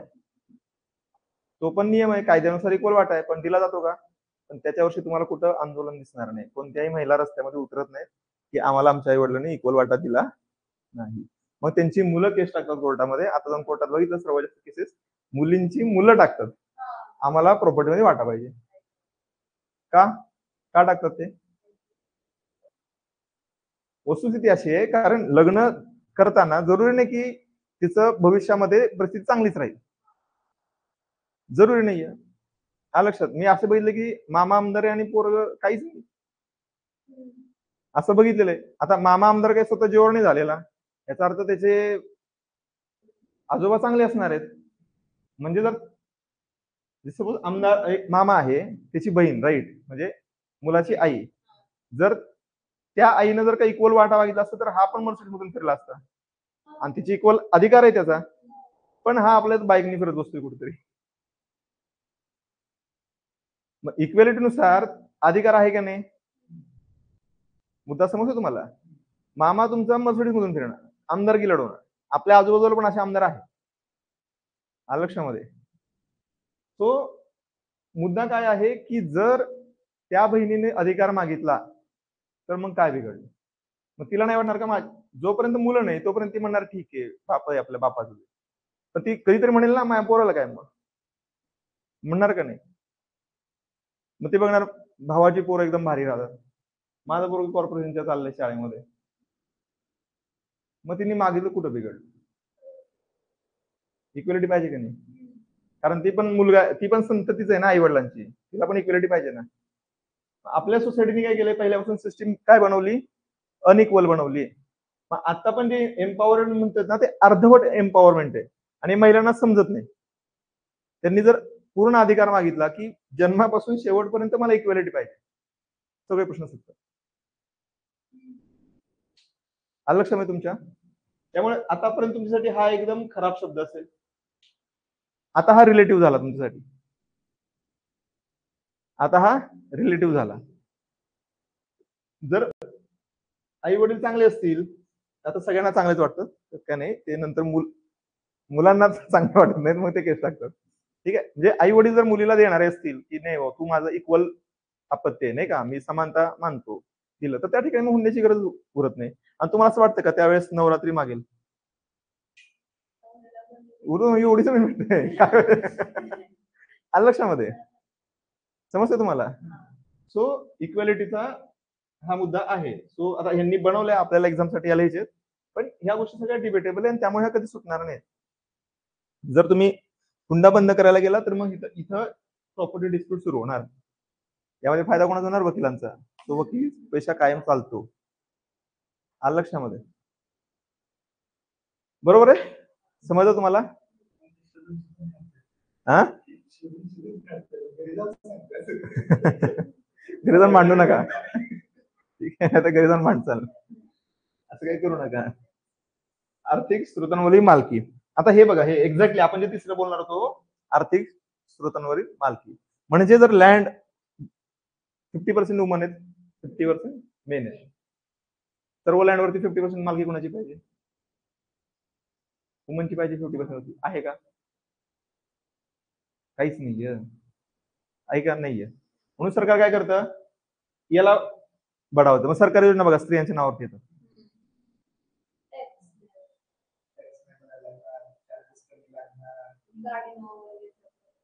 आलं लक्षामध्ये? मुलगी जन्माला आली त्याच्या नावावरती पैसे द्यायला सुरुवात करणार, ठेवणार पैसे, सरकार त्यातला काही वाटा भरतं. कशासाठी? सिंपल लक्षात घ्या, पैसा असेल तर किंमत मिळते. आलं लक्षामध्ये? मग आता तुम्ही आठवा, जुन्या काळापासून जेव्हापासून सगळ्या गोष्टीवरती आपण म्हणतो स्त्री सक्षमीकरण झालं पाहिजे, बाकी आपण सगळ्या गोष्टी होतो, सगळ्या गोष्टी एका बाजूला ठेवा, कारण त्यामध्ये काय अर्थ नाहीये. एकच गोष्ट आहे, पैसा, इकॉनॉमी. स्त्रीला जर तुम्ही फायनान्शियली सक्षम केलं तर ऑटोमॅटिकली ती इंडिपेंडेंट आहे स्वतःसाठी, तिला दुसऱ्याच्या ह्याच्यावरती कृपेवरती राहावं लागणार नाही. लहानपणी आई वडिलांच्या नंतर नवऱ्याच्या आणि नंतर मुलांच्या. आलं लक्षामध्ये? आपल्या इथं तेच सांगितलं होतं ना सोसायटीमध्ये पहिल्यापासून. पहिल्यांदा आई वडील, नंतर नवरा, नंतर मुलं. पण आता हे जर का त्याच्याकडे प्रॉपर्टी भरपूर आहे, तिन्ही ठिकाणी रिस्पेक्ट. आलं लक्षामध्ये? आणि ऍक्च्युली ते इक्वेलिटीचा अधिकार आहे त्यांना, पण नाही आम्हीच ठेवणार आमच्या नावावर. आलं लक्षामध्ये? हा माइंडसेट सोसायटीचा, हा कोणाचा प्रॉब्लेम आहे? Society mindset. यामध्ये बायका पण येतात. आता जर तुमच्यावरती हुंडा द्यायचा म्हटलं तर तुमच्याही विरोध करणार, कारण तिला तिच्या मुलांना द्यायचंय, मुलींना द्यायचं. सोसायटीमध्ये माइंडसेट आहे, लक्षात घ्या. हा, आलं लक्षामध्ये? म्हणजे आपल्या पूर्ण समाजाच्या माइंडसेटचा प्रॉब्लेम आहे हा. कुठल्याही एक व्यक्ती वाईट नाहीये, कोणताही पुरुष. जनरली बघा, तुमचा भाऊ असेल तो आईचा लाडका असतो जास्त, असतोय का नाही? म्हणजे इथं स्त्री पुरुष भांडण आहेत का? कधीच नव्हते. स्त्री स्त्री पण भांडण नाहीत, असं काही नाहीये ऍक्च्युअली, लक्षात घ्या. पण आपल्याला असं दाखवलं जातं की ही स्त्री पुरुषांची भांडण. आता तुमचे वडील आहेत, ते वडील का तुमच्या लाड करत नाहीत का? कदाचित थोडं जास्त पण करत असतील, बरोबर आहे ना? म्हणजे भांडणं हा तुमच्या वडिलांबरोबर भांडणं आहेत का? पण आपल्याला हे सर्व इंडेक्स सांगून असं सांगितलं जातं की बाबा भांडणं आहेत, लढा तुम्ही, तुमच्यावरती अन्याय होतोय. म्हणजे पुरुषांनी तुमच्यावरती अन्याय केलेला आहे, पण असं काही नाहीये. म्हणजे पुरुषांचे पण वेगळे प्रॉब्लेम आहेत. आता काय पुरुषांचे पण राईट्सचे संस्था निर्माण व्हायला लागले. आलं लक्षामध्ये? हा, नाही अजून आला नाहीये. ठीक आहे. म्हणजे योजनांचा मुद्दा नाहीये, अधिकारांचा. त्यांच्या अधिकारांच्या प्रोटेक्शनसाठी पण आता काय संस्था यायला लागली. आलं लक्षामध्ये? कारण प्रत्येकाचे प्रॉब्लेम वेगळे असतात. म्हणजे जर आता एखादी स्त्री असेल, ती जॉब नसेल करत, तिला काही प्रॉब्लेम येत नाही, कारण ती जॉब जर केला तरी तिला कोणी पैसे मागायला येत नाही. पण पुरुषाचा पगार असतो तो फॅमिलीचा पगार असतो. आलं लक्षामध्ये? स्त्रीचा पगार हा तिचा पगार असतो. सोसायटीचा माइंडसेट आहे. कारण ओनरशिप कोणाला दिली होती? पुरुषांकडे दिली. ज्या दिवशी स्त्री ओनरशिप घ्यायला लागेल, स्त्री जबाबदारी घ्यायला लागेल, ओनरशिप म्हणजे जबाबदारी, रिस्पॉन्सिबिलिटी, सगळ्यांना सांभाळायला लागेल, त्यावेळेस हे प्रश्नच राहणार नाहीत. लक्षात? हा पूर्ण सोसायटी, आता सगळ्या सोसायटीचा माइंडसेट एका चेंज होऊ शकतो का? अशी इंडेक्स करून बनवू शकतो का? नाही बनवू शकतो. लक्षात? तुम्ही आदिवासींमध्ये जा, आपल्या भारतामध्ये अशा पण आदिवासी जमाती आहेत ज्या मॅट्रिलिनियल म्हणू आपण. लक्षात? मॅट्रिलिनियल म्हणजे माहिती आहे तुम्हाला? आपण आता नाव कुणाचं लावतो? वडिलांच्या घराचं लावतो. लक्षामध्ये? तुम्ही असं इमॅजिन करा, मॅट्रिलिनियल म्हणजे आईच्या घराचं नाही लावणं म्हणून. लक्षामध्ये? आणि हे आपल्या जुन्या काळापासून आहे. म्हणजे तुम्ही जर महाभारताच्या काळात जरी गेला तर तिथंही अशा काही ट्राईब्स होत्या जिथं गादीवरती कोण बसणार, तर मुलीचा मुलगा गादीवर बसायचा राजा. अर्जुनाची वाईफ होती. अर्जुन, महाभारतातला अर्जुन माहिती तुम्हाला? तिचा वाईफ आहे चित्रांगदा. ठीक आहे. तिचा मुलगा गादीवर बसलेला आहे, कारण त्यांच्या राज्यामध्ये आईचं कुळ पकडलं जायचं. हा, भाऊ असू नसू, मुलगीच बसते, म्हणजे मुलीचा मुलगा बसतो. म्हणजे काय होणार की तिचा भाऊ असेल तर त्याचं ज्याच्यावर लग्न होईल त्या गादीवरती त्यांचा मुलगा बसेल. म्हणजे वंश हा मुलीच्या ह्याच्यावर मिळतात, म्हणजे काय मातृसत्ताक म्हणून आपण. मग तुम्ही सांगा, मातृसत्ताक असेल तर प्रश्न मिटतील का? नाही मिटणार. प्रश्न तोच राहणार ना शेवटी. आलं लक्षामध्ये? समजतंय? म्हणजे हा काय मेन प्रॉब्लेम मातृसत्ताक पितृसत्ताकचा नाहीये, हा प्रॉब्लेम सोसायटीच्या माइंडसेटचा, म्हणजे मानसिकतेचा आहे. आणि ही मानसिकता बदलते कधी? आता तुम्ही बघा, पैसे नसतील तर तुम्हाला कोण विचारणार आहे का? मग जर का रिसोर्सेस हातामध्ये प्रत्येक स्त्रीच्या आले तर ऑटोमॅटिक तुमची सोसायटीतलं पद वाढणार आहे. तसे पुरुषांच्या तर सत्ता आहे, म्हणजे काय पैसा आहे म्हणून व्हॅल्यू आहे त्यांना. आलं लक्षामध्ये? म्हणून आर्थिक साक्षरता ही सर्वात जास्त महत्वाची आहे. आर्थिक साक्षरता आणि आर्थिक सहभाग. ठीक आहे? मुद्दा समजला तुम्हाला? प्रश्न कळला? आता या मुद्द्यावरती कुठेही तुम्ही भांडू शकता. तुम्ही डिबेट करू शकता. ठीक आहे? पुढचा. हा, आता इथं हा पण 0 to 1 मध्ये मोजला जातो. 0 म्हणजे सहभाग कमी, आपण सहभाग 0 सहभाग, 1 म्हणजे पूर्ण सहभाग. ठीक आहे, पुढे घ्या.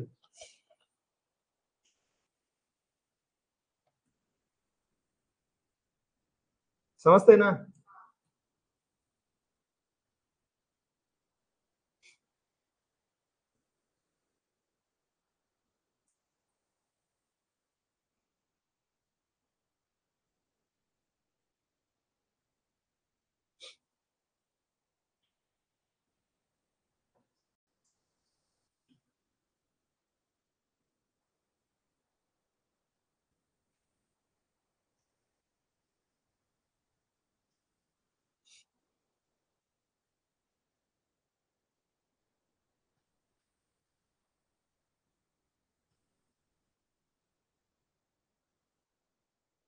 हे बघा, ग्लोबल म्हणजे जागतिक, जेंडर म्हणजे लिंग कंसात आधारित, ठीक आहे, गॅप म्हणजे अंतर, आणि इंडेक्स म्हणजे निर्देशन. आतापर्यंत आपण घेतलं तर काय प्रॉब्लेम आहे का तुम्हाला? लक्षात राहिल्या का गोष्टी? आता हे बघा, हा पुन्हा रिडंडंट आहे, जे आपण मागाशी बघितलं तसंच आहे. यामध्ये याच्यामध्ये त्यांनी 4 गोष्टी केलेल्या आहेत. पहिला आहे आर्थिक सहभाग व संधी. विचारलं तर तुम्हाला हे लिहावं लागणार, म्हणजे माहिती पाहिजे तुम्हाला, कारण ह्यातच तुम्हाला ऑप्शन निवडायचं आहे. मग एवढं फक्त लिहून ठेवा, आर्थिक सहभाग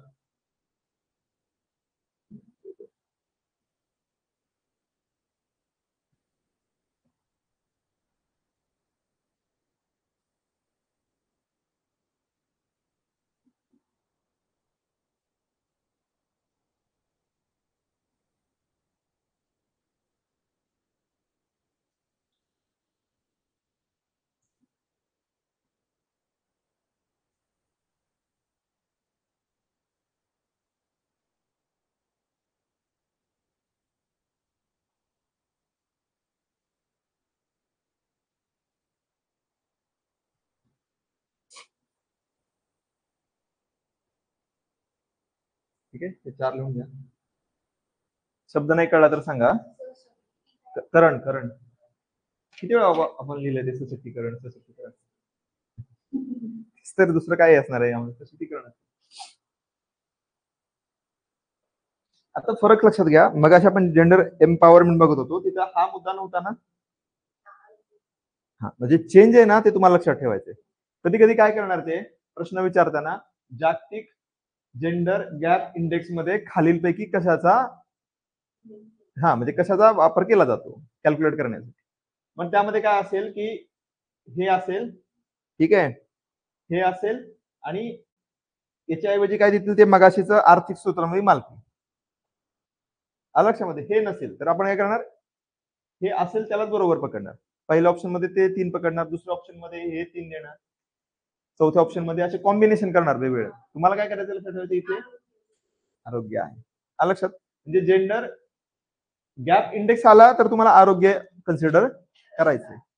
ठीक आहे, समजते. Again calculation 0 to 1.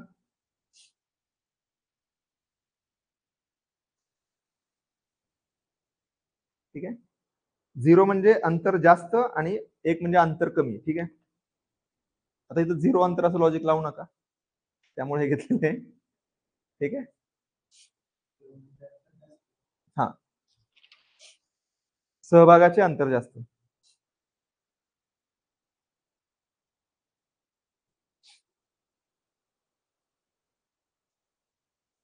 आता तुम्हाला हे कम्पॅरेटिव्हली ठेवायचं आहे. जे तुम्ही ह्याच्यामध्ये काय करत होता, जेंडर इनइक्वॅलिटी मध्ये काय करत होता, प्रजनन, स्वास्थ्य, सशक्तीकरण आणि रोजगार. आता तुम्हाला लक्षात काय ठेवायचं, सशक्तीकरण बघा सगळीकडे आलंय.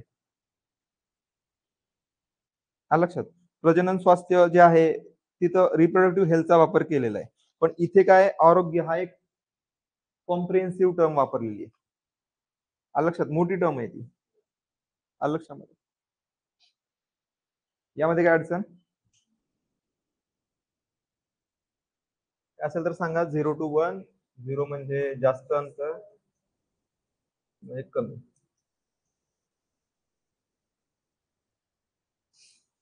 पुढे शेवटचं काय लिहिलं होतं आपण? नाही नाही, पुढे पुढचा इंडेक्स आपण लिहून ठेवला होता का? प्लॅनेटरी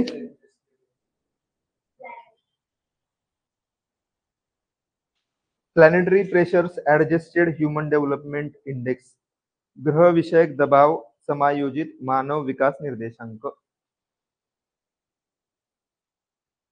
हा सर्वात, मी तुम्हाला काल सांगितलं होतं, हा सर्वात लेटेस्ट आहे 2020 पासून. आलं लक्षात?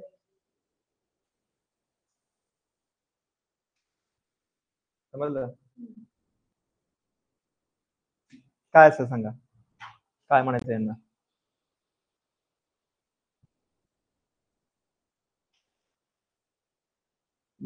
आपण आतापर्यंत जेवढे इंडेक्स बघितले, या इंडेक्स मध्ये आपण आत्ताच्या जनरेशनचा विचार करतो. देशांदेशांमध्ये आपण कम्पेअर करतो, या देशातले लोक त्या देशातले लोक, त्यांचं राहणीमान कसं, हे कसं, ते कसं. आता इथे आपण काय विचार करणार आहे की आपण आता जे प्रदूषण वगैरे करतोय, आताचं जे युग आहे त्याला आपण कोणतं युग म्हणतो? मानवाचं युग आहे. मानव कोणतं? हे आता काय, मानवाचं युग चालू आहे सध्या.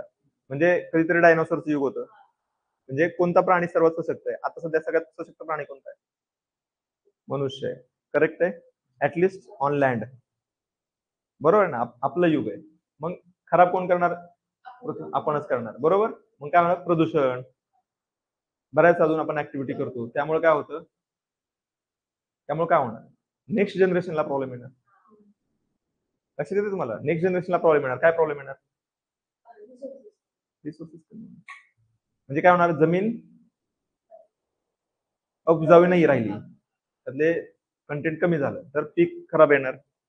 ग्लोबल वॉर्मिंगमुळे काय झालं? ग्लेशियर वितळ, फ्लडिंग आलं, प्रॉब्लेम झाले. मुद्दा समजतोय? म्हणजे काय की आपण आतापर्यंतचे जे इंडेक्स होते त्याच्यामध्ये आपण या आत्ताच्या जनरेशन मधला विचार करत होतो. आता आपण इंटर जनरेशनचा विचार करतो. इंटर जनरेशनचा विचार. इंटर आणि इंटर मधला फरक माहिती आहे तुम्हाला?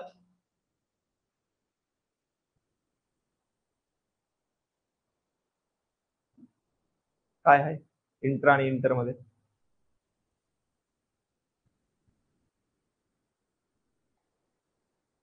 इंट्रा आणि इंटर मध्ये फरक काय?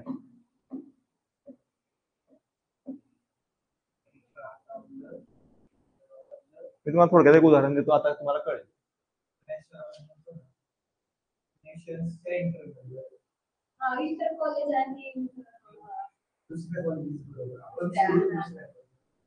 कॉम्पिटिशन हा झाला आपला इंग्लिश होता सगळं. कळलं तुम्हाला? आता intra college sports competition, inter college sports competition, ठीक आहे. तुमच्या कॉलेज ते कॉलेजमध्येच चालतं, आतमध्येच, बाहेरचे नाही. आणि इथे काय येतं? वेगवेगळ्या कॉलेजेसचे एकत्र येणार. आता इंटर आणि इंट्राचा फरक समजला तुम्हाला? आता इथे इंटर जनरेशन म्हणजे काय झालं? ही जनरेशन, पुढची जनरेशन, त्याच्या पुढची जनरेशन. म्हणजे आपण आता जी डेव्हलपमेंटच्या नावाखाली गोंधळ घातलेला आहे, त्याच्यामुळे जे काही परिणाम होणार आहे निसर्गावरती, त्यामधून किती रिसोर्सेस पुढच्या जनरेशनला देऊ आपण, याचा विचार आपण आता इथे करतोय प्लॅनेटरी प्रेशर्स मध्ये. त्याला आपण प्लॅनेटरी प्रेशर्स क्रिएट करतोय. आणि याच्या आधीचे जे आपण इंडेक्स बघितले त्याला काय होतं? इंट्रा होतं. म्हणजे इथे आपण या देशातला माणूस, त्या देशातला माणूस. आता इथं देशातले माणसं आपण कन्सिडर करतोय का? नाही. ही जनरेशन वर्सेस पुढची जनरेशन. समजला मुद्दा? समजला तुम्हाला? सांगा काय समजलं? म्हणजे हे ज्या आधीचे जे इंडेक्स होते तिथे आपण कम्पेअर कोणाला करत होतो? हा, वेगवेगळ्या देशांचे इंडेक्सेस करत होतो. हा, इथे काय जनरेशन मध्ये आपण इथं नेशनचा विचार नाही आला. हा, राईट. इथे कुठलाही बाउंड्री आहे का? असं नाही. इथं बाउंड्री आहे जनरेशन. फरक समजतोय? हा एक शब्द लिहून ठेवा फक्त, इंटर जनरेशन, तुम्हाला माहिती असावं. ठीक आहे.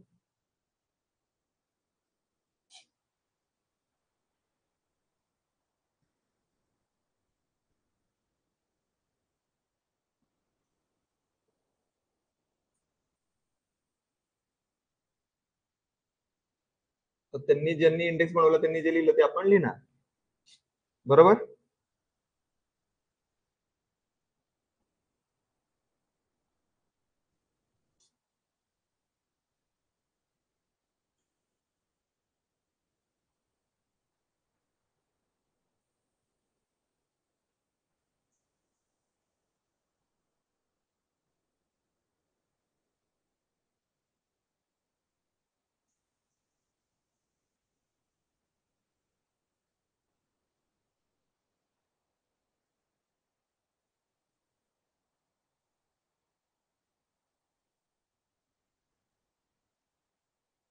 हे एवढं लिहून घ्या.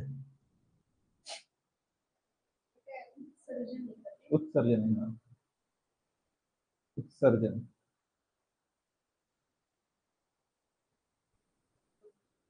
आता पण समजायला पाहिजे, हा न आहे माझा.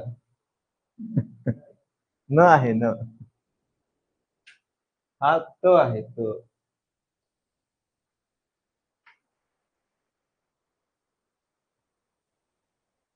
ही आहे मूर्त. मूर्त. मूर्त. म्हणून इथं लिहिलंय. हे खालचं एक्सप्लेनेशन आहे त्याचं. Material footprint. सांगा काय समजलं मला इथून?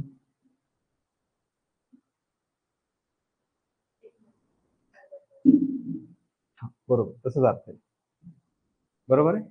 म्हणजे एक माणूस सध्या दरडोई म्हणजे प्रत्येक माणशी किती CO2 बाहेर पडलेला आहे. आता विषय लक्षात घ्या की याच्यावरती आहे ना, जे इंडेक्सेस वगैरे आहेत याच्यावरती दोन्ही विचारधारा आहेत. याला विरोध करणारे पण आहेत, याला सपोर्ट करणारे पण आहेत. लक्षामध्ये.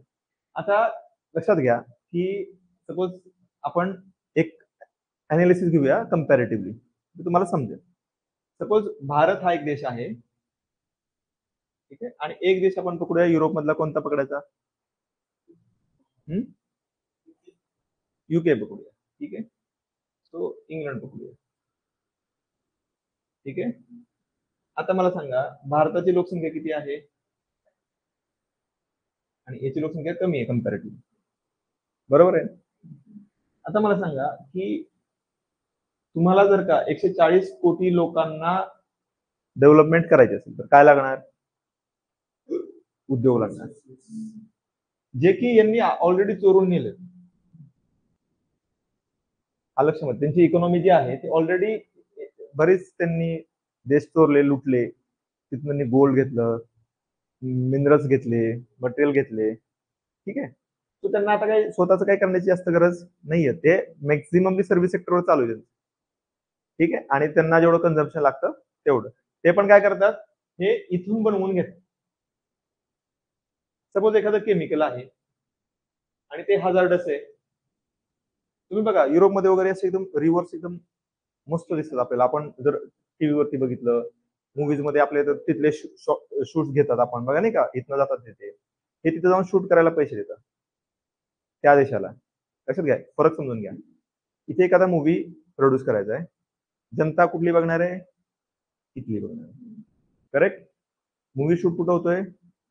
दुसऱ्या देशामध्ये, म्हणजे इंग्लंडमध्ये. यासाठी त्यांना काय दिला जातो? पैसा. आता ते मूवी इथे पाहिला जातो. इथले लोक काय म्हणणार? मला बी तिथे जायचं. मग तो सगळे मूवी बघून त्यातले काही लोक भरपूर काबाड कष्ट करणार. त्यांचं ध्येय एकच असते, मला तिथे एकदा जायचं, मला ते लय आवडलंय बघायला. करेक्ट आहे. सोसायटीचा माइंडसेट बनवला. मग हे जे लोक इथे हार्ड लेबर करणार, पैसे कमवणार आणि एका फटक्यात तिकडे जाऊन देऊन टाकणार. यामध्ये यांनी काय केलंय, तुम्ही तिथे गेला, अरे वा मस्त डोंगर आहे, इथे शूटिंग झालं तुम्हाला काय मिळालं? पण तुम्ही किती पैसे दिले त्यासाठी? लाखो. लाखो. तुमचं तिकीटच लाखामध्ये जातं. तुम्ही तिथे पाऊंड मध्ये खर्च करणार. लक्षामध्ये. आता तुम्ही कधी विचार करा की जेव्हा आपले गव्हर्नमेंट, आत्ताच नाही पहिल्यापासून गव्हर्नमेंट काय म्हणतं की देशातल्या गोष्टींना प्रमोट करा, पण एक वर्ग असतो विरोध करतो. हे काय, जसं की आता सरदार सरोवरचा आपण सरदार पटेलांची भव्य मूर्ती बनवली. मूर्ती बनवण्यामागे कारण काय होतं की लोक येतील बघायला. तिकडे जाऊन स्टॅच्यू ऑफ लिबर्टी बघायचं, त्यांचा लिबर्टी आपल्याला काय मिळणार आहे? तिथं गेला तुम्ही, तिथं खाणार, रोजगार कोणाला मिळणार? तिथल्या माणसाला. तुम्ही हितनं तर खायला घेऊन जाणार नाही, आणि तिथं ते तुम्ही महाग घेणार. अजून तिथं तुम्ही हॉटेलमध्ये राहणार, तिथं एकदम महाग राहणार तुम्ही. लक्षामध्ये. सो हे जे आहेत ना, हे आता असे लोक आहेत की जे आता याच्यावरती जगतात, कारण यांनी सगळ्यांच्या डोक्यामध्ये घातलेलं की वी आर सुपिरियर. आपल्या इथले सगळेजण. आता बघा विराट कोहली कुठे गेला राहिला? तुम्ही विचार करा कधी का त्याला सगळं काय मिळालं ते कुठे मिळालं? कारण भारताशिवाय जर कुठे त्यांनी क्रिकेट खेळला असता तर व्हॅल्यू 0 होती. तुम्ही बघा ऑस्ट्रेलियामधले जे क्रिकेटर आहेत कुठे छोटे मोठे जॉब करत बसतात, त्यांची क्वालिटी ह्याच्यापेक्षा चांगली आहे. तिथे जाऊन तो छोटा मोठा जॉब करतो कारण त्याला कोणी पैसे देत नाही. जोपर्यंत खेळतो तोपर्यंत पैसे मिळतात, ते पण किती तुटपुंजे, जे पगार आहे तेवढे. ऑलिम्पिक मध्ये गोल्ड मेडल मिळालं त्यानंतर पण जाऊन ते जॉब करतात. आपले तर गोल्ड मेडल मिळालं की आमदार खासदार डायरेक्ट, नो टेन्शन. किंवा एखादं मेडल जाऊ द्या, आपल्या इथे एक 10वा आला होता, 10वा आली होती. मी तर पर्सनली ओळखतो त्यामुळे मी नाव घेत नाही, कारण हा व्हिडिओ जर बघितला तर ती मला बोल. 10वा आला होता की तुला 10वा डीसीए आल्यामुळे कुठलंही मेडल नाहीये. स्पोर्ट्स मध्ये जे ऑलिम्पिक मध्ये शेवटच्या रेस मध्ये 10 जण पळाले होते, त्यामध्ये ती मुलगी 10वी आली आणि आता ती डीसीए. का? जगात 10वी आली पण पळणारे 10च होते. आलं लक्षामध्ये? मुद्दा समजतोय का? सो यांची जी इकॉनॉमी आहे ना बऱ्यापैकी, ही एक तर त्यांनी नॅचरल रिसोर्सेस कधीच एक्सप्लॉइट केले नाहीत कारण त्यांनी दुसऱ्या देशाला एक्सप्लॉइट केलंय ऑलरेडी. आता ज्यावेळेस हा सगळं ते रोड त्यांनी फार पूर्वी बनवलेत, आता त्यांना फक्त मरम्मत करायची एकदम. हा आपल्या इथनं ते करणार, आपल्या इथनं लेबर जायचे ना तिथे, फ्री लेबर आहे. लक्षात गुलाम होते ना, लक्षामध्ये. आता मुद्दा काय आहे की इथे आज तुम्ही जर मूवी पाहिला, फिल्म इंडस्ट्री पाहिली, ते काय करते, तुम्ही हिरोना पाहता, हिरो असतात युरोपमध्ये, बर्थडे सेलिब्रेट केला दुबईमध्ये. दुबईमध्ये काय ठेवलंय कधी विचार करा. दुबईमध्ये सेलिब्रेशनचा जो खर्च आहे किंवा त्यातून जो एम्प्लॉयमेंट जनरेट होणार आहे तो कुणाला मिळणार आहे, आणि त्यांना पैसे कुठनं मिळत आहेत, आपल्याला काय मूर्खांकडून. ते कमवतात कोणावर, आपल्यावरती. खर्च कुठं करतायत, इथे जाऊन. गव्हर्नमेंट काय म्हणतं, मोदींनी ते मध्ये सांगितलं होतं की ऍटलिस्ट तुम्ही 5 ठिकाणं भारतामध्ये फिरा, ज्या ठिकाणी जाणार त्या ठिकाणी डेव्हलपमेंट होणार. आता आपल्या इथे पूर्वीच्या काळामध्ये तीर्थयात्राचा कन्सेप्ट होता. हा ऍक्च्युली काय आहे कन्सेप्ट, विचार करा कधी. तुम्ही तीर्थयात्रेला जाता, तुम्ही जाताना खर्च करणार, येताना खर्च करणार. तुम्ही आयुष्यात एकदा जाता, प्रत्येक माणूस आयुष्यात एकदा गेला, तर जाताना तो खर्च करत जाणार. आत्ताच्या काळात जाऊ नका, आता ती बस आहे, ट्रेन आहे, लगेच जाईल. जुन्या काळामध्ये आयुष्यात एकदा जात होते, चालत जावं लागायचं. जाताना खर्च होतो, येताना खर्च होतो, तिथे गेल्यानंतर खर्च होतो. आणि मग ती जी ठिकाण आहेत ना, ती काय होतात, एक सेंटर म्हणून डेव्हलप होतात, इकॉनॉमिकल पण, ज्ञानाचं आदान प्रदान पण होतं, शैक्षणिक केंद्र म्हणून पण निर्माण होतात. हा जुन्या काळाचा कन्सेप्ट होता. मग तुम्ही जुन्या काळामध्ये जर गेला, तक्षशिला वगैरे, युपीएससीने प्रश्न विचारला होता की बाबा तक्षशिला अशी डेव्हलप का झाली, कारण ती ज्या रूट वरती होती ती रोड महत्वाचा होता. लक्षामध्ये. सो जर तुम्ही बघितलं, आता एखादं लोक एखाद्या ठिकाणी का जातील, त्यांची श्रद्धा आहे. पंढरपूर लोक का जातील, श्रद्धा आहे. कोणतं ठिकाण निवडणार तुम्ही, कोणतंही नाही निवडू शकत, मग तुम्हाला ठिकाण निर्माण करावं लागतं. आता देव तर निर्माण नाही करता येऊ शकत, पण तुम्ही टुरिस्ट वेगवेगळ्या प्रकारचे निर्माण करू शकता. जसं रामोजी फिल्म सिटी झाली, लोक जातात ना. लक्षामध्ये. लवासा सिटी झाली, पूर्ण नाही झाली तरी पण लोक जातात ना आपल्या इथे. सरदार सरोवरचं झालं होतं, सरदारांचा पटेलांचा पुतळा होता, तिथे झालं ना. हो, म्हणजे काय, यामधून काय होतं की मला आता या सर्व करण्यामध्ये फारसं प्रदूषण होणार आहे का, CO2 उत्सर्जन होणार नाही. पण तुम्ही विचार करा, एखादं केमिकल आहे, त्याचा प्लांट टाकायचा आहे, इथे अलाउड नाहीये कारण ह्यांना यांच्या रिव्हर्सची खूप काळजी आहे. मग हे काय करणार, एखादा देश पकडणार, सपोज यांनी नायजेरिया पकडला, ठीक आहे, नायजेरिया पकडला, तिथला जे पॉलिटिकल लीडर आहे त्याला दिले पैसे, म्हणे टाक हा प्लॅन. किंवा भारतामध्ये एखादा स्टेट पकडलं, तुमची तर आम्ही एमबुडी एम्प्लॉयमेंट देऊ, हा केमिकलचा प्लांट टाका. जसं आपल्या पुण्यामध्ये डाऊचा प्लांट येणार होता केमिकलचा आळंदी जवळ, आणि इंद्रायणीचं पाणी खराब होणार होतं, वारकऱ्यांनी विरोध केला कारण ते खरंच खराब होणार होतं. मग कोणीतरी एका मोठा पॉलिटिकल लीडरने तो इथं प्लांट आणला होता, सांगितलं तुम्ही डेव्हलपमेंट करणार, पण डेव्हलपमेंट करायची स्वतःच्या देशात टाकणार तो प्लांट केमिकलचा. जी गोष्ट आमच्या इथे लागणार आहे ती आम्ही टाकू, करेक्ट आहे ना. हे हजार्डस केमिकल का टाकायचं. मग हे काय करणार, पूर्वी भारत असेल त्यांचं टार्गेट, आता काय यांचं टार्गेट असे थर्ड वर्ल्ड आफ्रिकन कंट्रीज आहेत, तिथे ते प्लॅन टाकणार. आता प्रदूषण कुठे होणार आहे, आता ते ह्यांना म्हणणार आहे की तुम्ही खूप प्रदूषण करताय. मुद्दा समजला ना? आता यांना पण हे प्रदूषणाचा लाभ कोण घेते? विकसित देश घेतात लाभ, ते फायनल प्रोडक्ट आपल्या इथं वापरतात आणि ते बनवून घेतात कुठून? जिथं प्रदूषण होतं त्या देशाची माती खराब होते, सगळं खराब होते.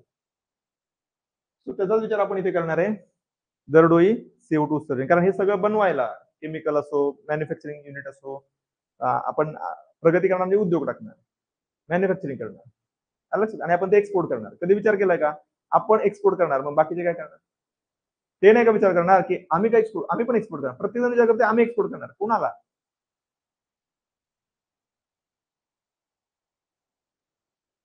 विचार करा या गोष्टींवर. प्रत्येकाने जर ठरवलं की एक्सपोर्ट ओरिएंटेड इकॉनॉमी पाहिजे, तुम्ही भविष्यामध्ये द फॉल ऑफ USA पाहणार. फॉल फॉल पतन, युएसएचं पतन पाहणार किंवा फॉल ऑफ युरोप पाहणार. ठीक आहे, रिझन काय आहे मागे? कारण तुम्ही एका लिमिटच्या बाहेर एक्सपोर्ट इकॉनॉमी राहू नाही शकत.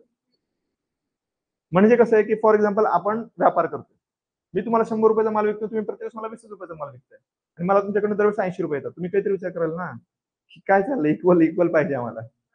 आमच्याकडून एवढा माल आम्ही तुमच्याकडनं घेतो तर तुम्ही आमच्याकडनं एवढा माल, नाहीतर आम्हाला नको. मग व्यवहार आहे का नाही हा? सो या ठिकाणी काय विचार केला जातोय की जर तुम्हाला डेव्हलपमेंट करायची तर तुम्ही काय करताय, कंपन्या टाकताय, कंपन्या करणार CO2 चं उत्सर्जन करणार. CO2 कशासाठी? कंबशन मधून काय निर्माण होतं? कंबशन म्हणजे काय? ज्वलन. सायन्स झालंय 8वी 9वी 10वी, त्यात काय होतं? कंबशन रिएक्शन होती, त्यामधून काय बाहेर पडतं? कार्बन डायऑक्साईड, कार्बन मोनॉक्साईड पडतात बाहेर, म्हणून हे CO2 आहे. हे CO2 कशामुळे? कारण अर्धवट ज्वलनातून किंवा ज्वलनातून जे वायू बाहेर पडतात त्याचा आपण इथं विचार करतोय. लक्षात घ्या, हा अर्धवट आहे कारण ह्याच्या व्यतिरिक्त पण खूप बाहेर पडतं. आलं लक्षात? आपण एक इंडिकेटर म्हणून याला बघतोय. आलं लक्षामध्ये? केमिकल्स जे नदीमध्ये सोडले जातात ते याहून खतरनाक आहेत. CO2 तर वाईट नाहीये तेवढा. का नाही वाईट सांगा? एक्झॅक्टली. म्हणजे दुसरा मुद्दा आपण असं म्हणू की नॅचरली जे ऍटमॉस्फिअर आहे त्याच्यामध्ये तो ऑलरेडी आहे. म्हणजे तो काही फॉरेन पार्टिकल आहे का? कुठला लॅब मध्ये बनवलेला आहे का की जे तुम्हाला जर कार्बन डायऑक्साईड आता आपण इनहेल करतोय, इथे कार्बन डायऑक्साईड आहे, काय हार्म नाही करते तुम्हाला. प्रमाण वाढलं तर थोडा हार्म करेल, कारण ऑक्सिजन जो आहे तो लागतो, कारण हिमोग्लोबिन ते ऑक्सिजनला घेऊन जातं. आपल्या सेलमध्ये कंबशन रिएक्शन होते ना, कंबशन कशासाठी पाहिजे? एनर्जीसाठी. छोटे छोटे रिएक्टर आपल्या बॉडीमध्ये एक प्रकारे असं समजा, त्यासाठी लागतो ऑक्सिजन. ऑक्सिजन कोण घेऊन जातं? हिमोग्लोबिन. आलं लक्षामध्ये? CO2 त्या कंबशन पासून बनतो, म्हणून आपल्या उच्छवासावाटेत काय जातं बाहेर? CO2 जातो.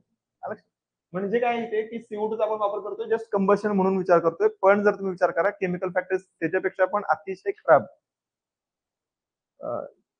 नद्यांमध्ये हे करतात. किंवा भोपाळ दुर्घटना तुम्ही ऐकली असेल, मिथिल आयसोसायनाइड, पूर्ण गावच्या गावं डायरेक्ट मेली झोपेमध्येच.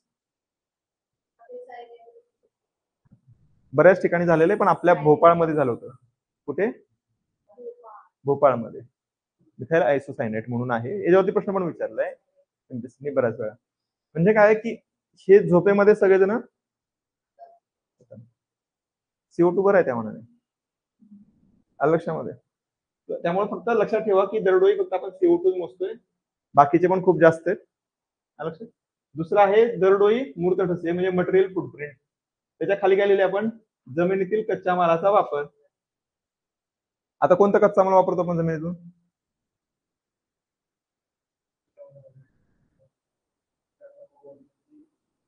जमिनीतील कच्चा माल, उदाहरणार्थ आपण पेट्रोलियम वापरतो ना आपण, सगळे मिनरल, आयन ओव्हर, सगळंच आयन वापरतो. अजून जेवढे अल्युमिनियम जे काय असेल ते तुम्ही जे काय बघा ते आपण कुठून वापरतो? कॉपर घ्या, सगळ्या गोष्टी आपण कुठून वापरतो? जमिनीतून वापरतो. करेक्ट आहे? लक्षात येते तुम्हाला? मग हे सगळं जे आहे ते जर संपलं, जसं की ऑइल संपलं, तर मग आपल्या पुढच्या पिढ्यात परत बैलगाडी चालणार. Think about it. तुम्ही जर का मोठ्या प्रमाणामध्ये हे रिसोर्सेस वापरायला सुरुवात केली, ठीक आहे, तुम्ही गाड्या चालवताय, म्हणजे आपले 2 पिढ्यानंतर म्हणणार माझा आजोबा गाडीतून चालायचा, मी आता बैलगाडीतून जातो. ठीक आहे. हा, नंतर ते मीच होऊन जाईल, म्हणजे संपलं सगळं एनर्जी रिसोर्सेस या टाईपचे, तर पुढे गाडीच नसेल ना. मग अंधश्रद्धा आहे, अशी गाडी नसतेच, गाड्या संपल्या. म्हणून काय आहे की आता आपण काय केलं, याच्यावरती आपण अल्टरनेट एनर्जी सोर्सेस सुरू केले, जसं की electric, yes, solar, wind, hydrogen. Hydrogen वेगळं, हायड्रो वेगळं. थोड्या प्रमाणात न्यूक्लिअर पण आहे, पण हे पण ऍक्च्युली करतं, पण थोड्या प्रमाणामध्ये कमी आहे. ठीक आहे, हे अल्टरनेट एनर्जी रिसोर्सेस करतोय. पण इथे काय, यातून जमिनीतून काय चाललंय का? काहीच नाही चाललं. इथं बायोमास पण आहे, पण बायोमासला बायोगॅस म्हणू आपण त्याला. ह्याला एक थोडं इश्यू आहे, आपण नंतर कधी डिस्कस करूया. ठीक आहे. आता मला सांगा, यामध्ये आपण काय बघतोय, कच्च्या मालाचा वापर, जमिनीतील कच्च्या मालाचा वापर. मग आता आपण जसं ऑइलचं उदाहरण घेतलं, ऑइल संपून गेलं, एका दिवसामध्ये सगळं इकॉनॉमी स्टँड. कोणच काय करू शकणार, गाड्या काय, सगळ्याच गोष्टी. आतापर्यंत मिडल ईस्ट आणि सौदी वगैरे हे सगळे जे कंट्रीज आहेत, त्यांचं जे जगावरती कंट्रोल होतं ते फक्त ऑइलवरती होतं. लक्षामध्ये, त्यांच्यावर लोकांची डिपेंडन्सी होती. लक्षामध्ये. आता हे जर का संपलं, जसं आता हे झालं फक्त ऑइलचं, असे आहेत, कॉपर आहे, कॉपर एकदा संपलं. मिनिट लक्षात घ्या, आयर्न संपलं. म्हणून आता बघा, आपण अल्टरनेट मटेरियल्स पण शोधायला लागलोय बिल्डिंग मटेरियलसाठी. का शोधायला लागलोय? कधी ना कधी भविष्यामध्ये जाऊन आयर्न पण आपण संपवून टाकू ना, मग परत लाकडाची गरज. लक्षामध्ये, मातीची. ठीक, आपण माती पण संपवायला लागलोय. आपण माती पण संपवायला लागलोय, लक्षामध्ये. समजतंय? म्हणून आपण आता काय काउंट करतो, पहिलं CO2 उत्सर्जन काउंट करतो. याच्यातून आपण हे बघतो की कंबशन रिएक्शन जिथं होत आहे, म्हणजे जिथं इंडस्ट्रीज आहे तिथं काही ना काही जळणार आहे. लक्षामध्ये, काही ना काही त्याचं प्रदूषण होणार आहे. ते प्रदूषण आपण CO2च्या रूपामध्ये काउंट करतोय. मग एका देशामध्ये किती CO2 उत्सर्जन होतंय, डिवाइड बाय पॉप्युलेशन दरडोई. लक्षामध्ये. आता ज्या देशामध्ये त्या प्रकारचे उद्योग जास्त आहे, तिथं ऑब्व्हियसली दरडोई जास्त होणार आहे. लक्षामध्ये. तसंच जमिनीतील कच्च्या मालाचा वापर, ऑब्व्हियसली ज्या देशामध्ये तुम्ही कंपनी टाकलेली आहे तिथलंच रॉ मटेरियल तुम्ही वापरणार आहे, बरोबर आहे ना. ते संपल्यानंतर काय करणार, मग पुढच्या जनरेशनला काय देणार. लक्षामध्ये, त्या गोष्टींचा याच्यामध्ये विचार केला जातो. लिहून घ्या त्या गोष्टी, या दोन्ही गोष्टी लिहिल्या. आता ह्या दोन्ही गोष्टींचा काय काढला जातो, अरिथमॅटिक मीन काढला जातो. ठीक आहे, लिहून घ्या अरिथमॅटिक. काल आपण काय बघितलं होतं, इथे अरिथमॅटिक, हे एवढं लक्षात ठेवा फक्त, अरिथमॅटिक.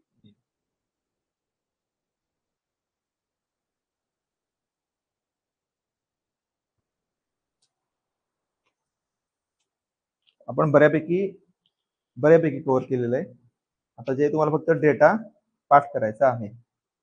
डेटा म्हणजे काय, आकडेवारी वगैरे तुम्हाला पाठ करायची आहे. आपल्याकडे वेळ पण आहे, आय थिंक आहे वेळ आहे. आपण आणखी एक मुद्दा घेऊया. ठीक आहे, ठीक आहे. यामध्ये काय प्रॉब्लेम.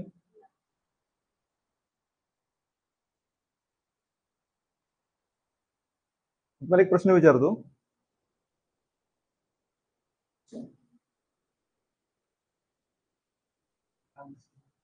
हा, काल आपला राहिला होता मुद्दा, बरोबर. काय मुद्दा राहिला होता आपला,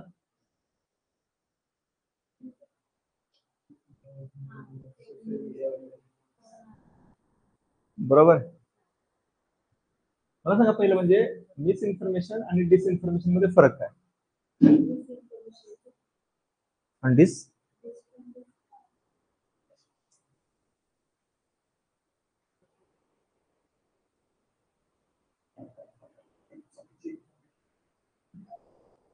याच्यावरती ना 100% जो न्यूज आहे, मीडिया न्यूज जो आहे पार्ट, तो मीडियाच्या अंडर येतो. हा मेन्स साठी टॉपिक आहे, रायटिंग मधल्या मेन्स साठी आणि आपल्या यासाठी सुद्धा आता पण येतात. फक्त आता तुम्हाला फॅक्च्युअल क्वेश्चन विचारले जातात मेन्सला, इथे तुम्हाला रायटिंग मध्ये प्रश्न विचारले जातील आणि हे रायटिंग वाले प्रश्न एकदम मस्त असणार आहेत.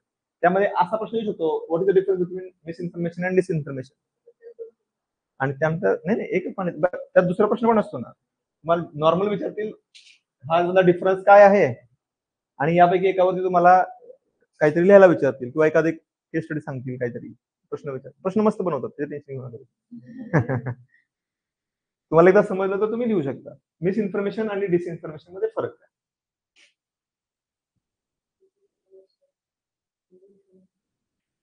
विचार करा काय फरक आहे.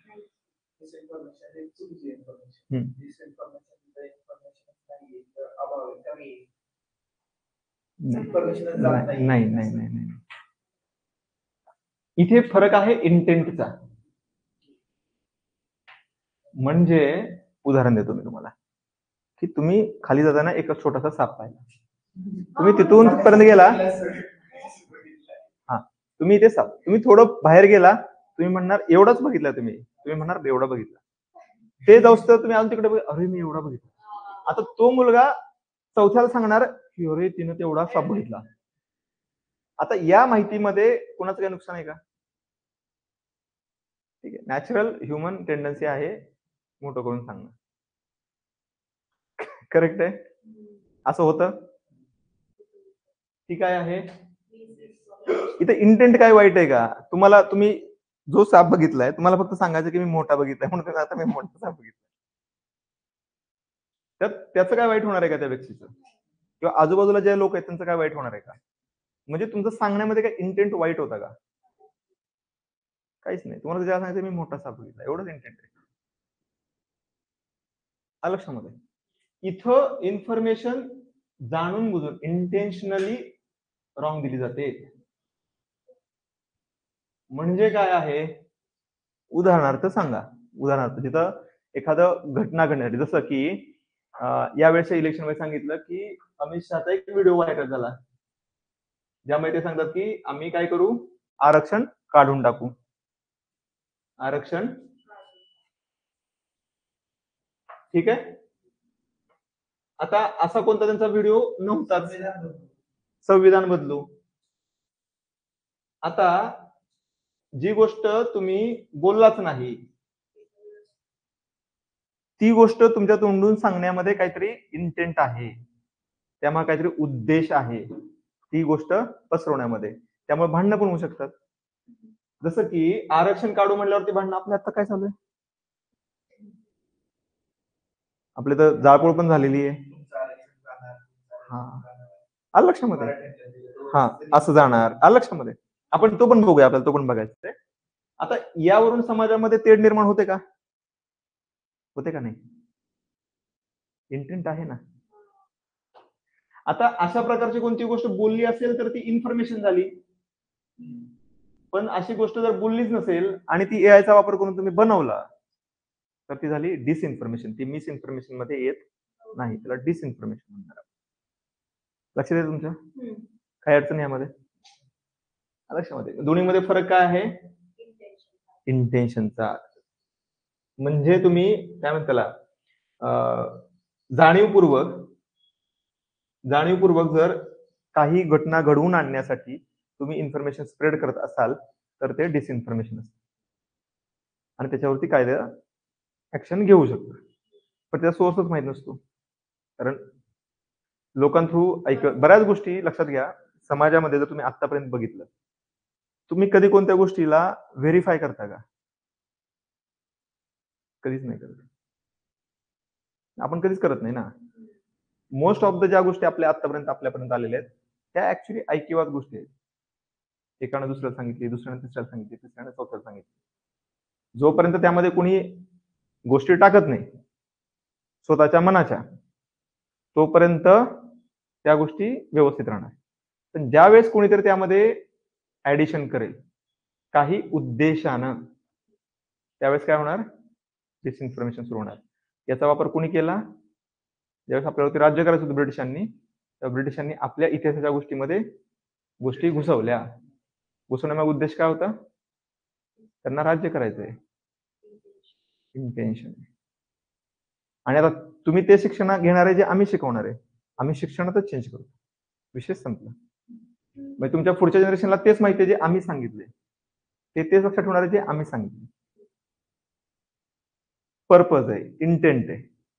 आता ती गोष्ट जर तुम्ही एका ब्रिटिशरच्या दृष्टिकोनातून पाहिली तर बरोबर आहे, कारण त्यांचं राज्य त्यामुळे जास्त काळ चालणार आहे, त्यांना जास्त काळ लूट मिळणार आहे. मग त्यांचे सिटीजन म्हणणार आहे पप्पा बरोबर केलं. आपल्या पर्स्पेक्टिव्हने बघा, आता सेम न्यूज आहे अमित शहाची. काँग्रेसच्या पर्स्पेक्टिव्हने पहा, फायदा झाला, इलेक्शन सीट्स वाढल्या. बीजेपीच्या पर्स्पेक्टिव्हने पहा, मग हे बरोबर आहे का चुकीचं आहे? का? कारण यांनी समाजामध्ये अशांतता निर्माण होऊ शकते. एक व्यक्ती, आज समाजामध्ये काय चाललंय, एक व्यक्ती स्वतःचे काही इंटेन्शन पूर्ण होण्यासाठी समाजाला वेठीला धरतो. तो समाजामध्ये खोट्या गोष्टी, खोट्या माहिती सांगायच्या समाजामध्ये. आता ज्या गोष्टी भावनिक कनेक्ट असतात त्या गोष्टींवर तुम्ही बोलला तर समाजामध्ये काय होणार? अशांतता निर्माण होणार, वाद निर्माण होणार. त्यातून काय होतं, फक्त त्याला काहीतरी फायदा होणार असतो, पण त्यात अनेक जणांचे जीव जातात. म्हणून ही गोष्ट बरोबर का चूक? आलं लक्षामध्ये? आता एआय मुळे, एआय आलेले आता, याच्यामुळे काय झालं? पहिलं लक्षात घ्या, पहिलं काय म्हणायचे की ऐकलेल्या गोष्टीवर विश्वास ठेवू नका, पाहिलेल्या गोष्टीवर लक्ष ठेवा, विश्वास ठेवा. आणि आपल्याला काय म्हणायचे की डोळ्यामध्ये, पूर्व आपले जुने लोक म्हणायचे डोळे आणि कानामध्ये 4 बोटाचं अंतर आहे, असं सांगायचे. नाही बुजू नका, म्हणजे बोलायची पद्धत आहे. कशासाठी? कारण तुम्ही ऐकता, त्याच्यापेक्षा रिअलिटी वेगळी असू शकते तुम्ही डोळ्यांनी पाहिलं तर. पण आता एआय मुळे काय झालेलं आहे, तुम्ही व्हिडिओज बनवताय जे की एक्झॅक्ट ट्रू वाटतात, म्हणजे आता तुम्ही डोळ्यावरती पण विश्वास ठेवू शकता का?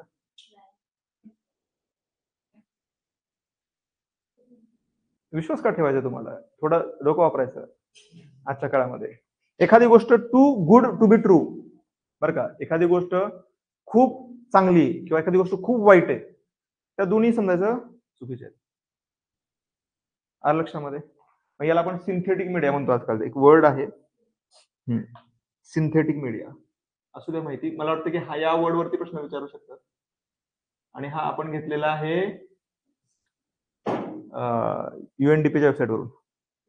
ते पण याच्यासाठी काम करतात, सिंथेटिक. ठीक आहे.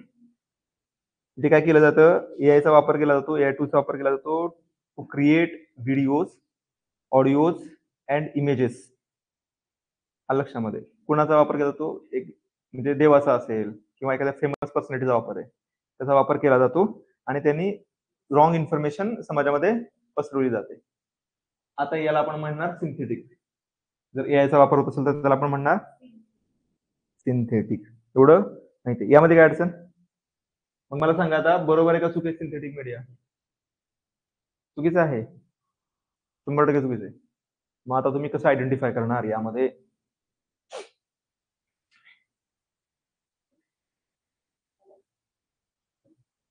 थोडं डोकं वापरा. एखादी न्यूज आली ना की ऑलवेज थिंक की या न्यूजचा फायदा कोणाला होणार आहे? Who get benefit from the news?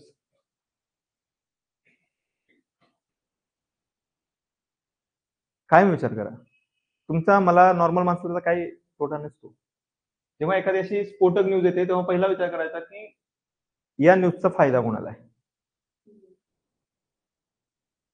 लक्षामध्ये? म्हणजे तुम्हाला कळेल की न्यूज कोण पसरवते. आणि दुसरा आहे स्टेक वरती काय आहे. हे पण UNDPच्या वेबसाईटवर लिहिले बरं का, माझं म्हणायचं नाहीये. स्टेक काय आहे, काय पणाला लावलंय. जसं आता इलेक्शन मध्ये त्या न्यूजच्या मागे पणाला काय होतं, पीएमचं पद पणाला लावलेलं आहे. What is at stake? ज्या माणसाने तो व्हिडिओ बनवला तो तुरुंगात आहे आता, and is happy, he got lots of money ती गोष्ट करण्यासाठी. मोठा गुन्हाच नाहीये ना, मी टाइमपास मध्ये केलं, झाला व्हायरल. माझं काही इंटेन्शनच नव्हतं असं. आलं लक्षामध्ये. मी ट्राय करत होतो, झालं, बनवला मस्त. चुकून झालं, माफी मागतो, झाला विषय. पण त्याच्या बदल्यामध्ये जी किंमत त्यांनी म्हणजे फार फार तर 6 महिने 1 वर्ष राहील. सरकार बदल असं तर 1 दिवस पण राहिला नसता. सरकार तेच आल्यामुळे थोडा काळ राहील, 6 महिने, वर्षभर. आता त्याला ऑलरेडी बक्षीस मिळालंय त्या व्यक्तीला आणि CR मध्ये अमाऊंट मिळालेली. हा हा, असं असं तसं पण काहीतरी मिळालं असतं आणि ती न्यूज कदाचित खरी म्हणून पण सांगितली असते. आलं लक्षामध्ये. सो इथे स्टेकला काय आहे, तुम्ही रिस्क रिवॉर्ड काय आहे तुमचा, आमच्या शेअर मार्केट भाषेमध्ये रिस्क रिवॉर्ड काय, तुम्ही रिस्क वरती काय बोलले, एक माणूस 6 महिन्यासाठी आज जाणार आहे, फार फार तर. पण रिटर्न काय PM होऊ शकतो तुम्ही. सो त्या गोष्टीवरती स्टेक काय आहे, आलं लक्षामध्ये. आणि हू गेट बेनिफिट फ्रॉम, त्यांना त्या गोष्टीपासून कोणाला बेनिफिट मिळू शकतो. ह्या गोष्टीचा जर तुम्ही विचार केला तर न्यूजच्या मागे तुम्हाला कळेल की न्यूज बरोबर आहे चुकीचं आहे, तुम्ही अंदाज घेऊ शकता. आता लेटेस्ट मध्ये कोणती घटना घडली अशी, लेटेस्ट मध्ये क्रेडिट आणि डेबिट कार्ड वरती असेल ना तुम्ही आताची लेटेस्ट वाली, 2000च्या आतले ट्रान्झॅक्शन असतील तर 18% GST. कुणी वाचते ही न्यूज? आता एक 4 दिवसापूर्वीची गोष्ट आहे की GST काउन्सिल जी आहे ती विचार करते याच्यावरती 18% GST लावण्याचा क्रेडिट कार्ड आणि डेबिट कार्डच्या 2000 पेक्षा कमी अमाऊंटच्या ट्रान्झॅक्शन वरती. जास्त वरती ऑलरेडी आहे, जास्त वरती ऑलरेडी आहे, 2000च्या आतमध्ये नव्हता. आता बघा, ह्या सगळ्यात महत्वाची गोष्ट बघा, मिसलिडिंग काय काय ह्यामध्ये मिसलिडिंग केलं ते सांगतो, कारण याच्यावरती बरंच वाउटर चालू होतं. म्हणून एक तुमच्यासाठी करंट मधली न्यूज घेतली की ह्याला कसं, जर तुमच्याकडे मोबाईल असेल तर तुम्ही ही सर्च करा, तुम्हाला येईलच लेटेस्ट मध्येच. 4 दिवसामागे याच्यावरती बरेच डिबेट आणि डिस्कशन झालेले आहेत. सगळ्या सोशल मीडिया फ्लड झाला होता ह्या न्यूजमुळे. यावरती सरकारवरती खूप जास्त मोठ्या प्रमाणात टीका झाली की तुम्ही नाही 2000च्या आतमध्ये आहे ना. नाही समजून घ्या फरक काय. न्यूज फक्त एवढीच आहे, क्रेडिट कार्ड आणि डेबिट कार्ड हे पण नाही ऍक्च्युली. हा पण शब्द वापरला नाही त्यांनी. इथे त्यांनी शब्द वापरला डिजिटल. काही वृत्तपत्रांनी काय वापरला की UPI. काही लोकांनी अजून वेगळा शब्द वापरला ऑनलाईन.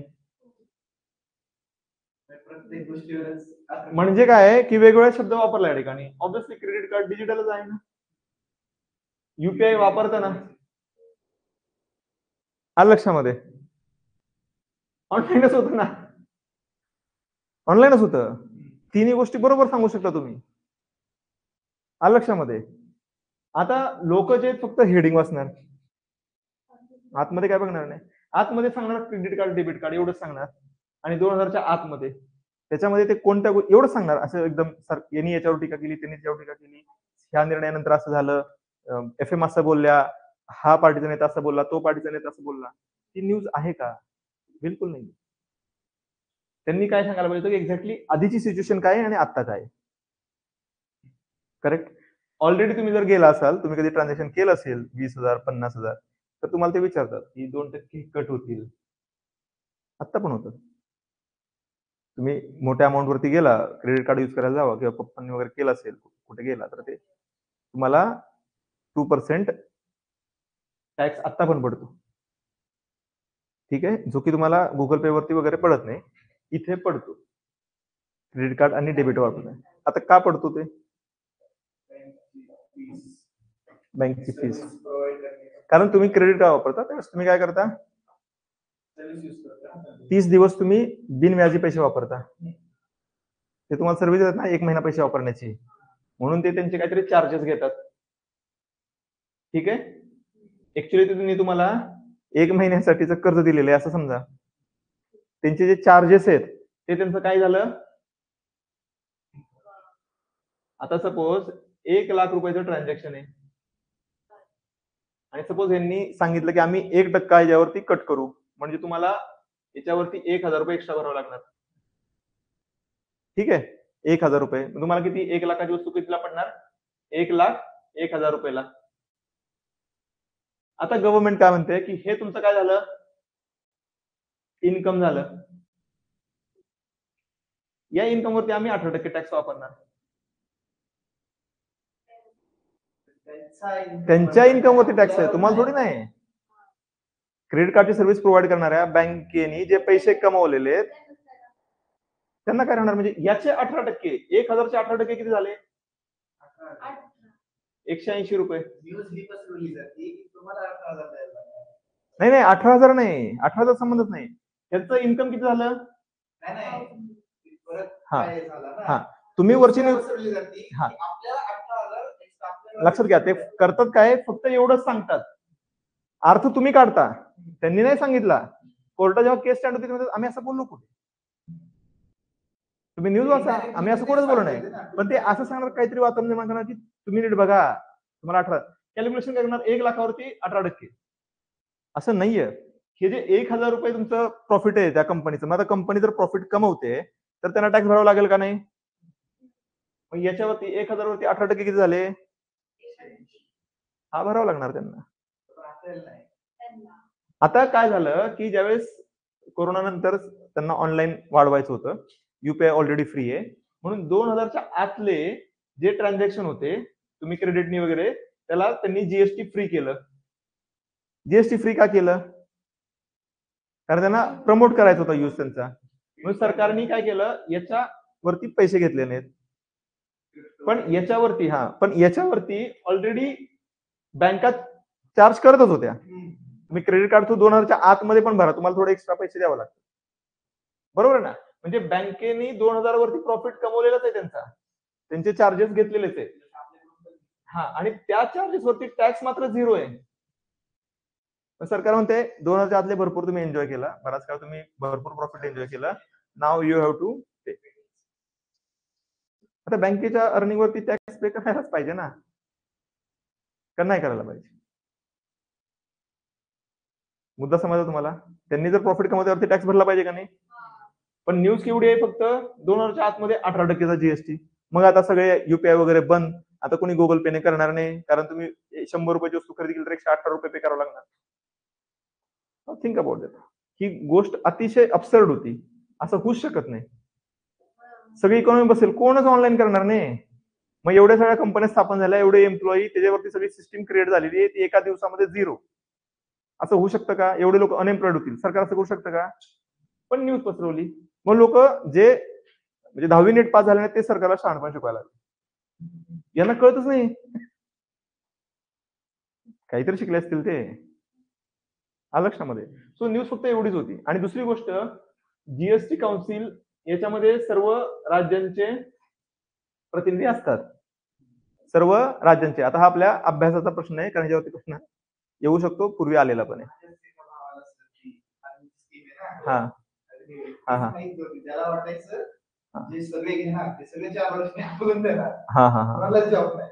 ओके, आता लक्षात घ्या, थोडा वेळ आहे अजून आपल्याकडे, आपण लवकर आलोय कशासाठी.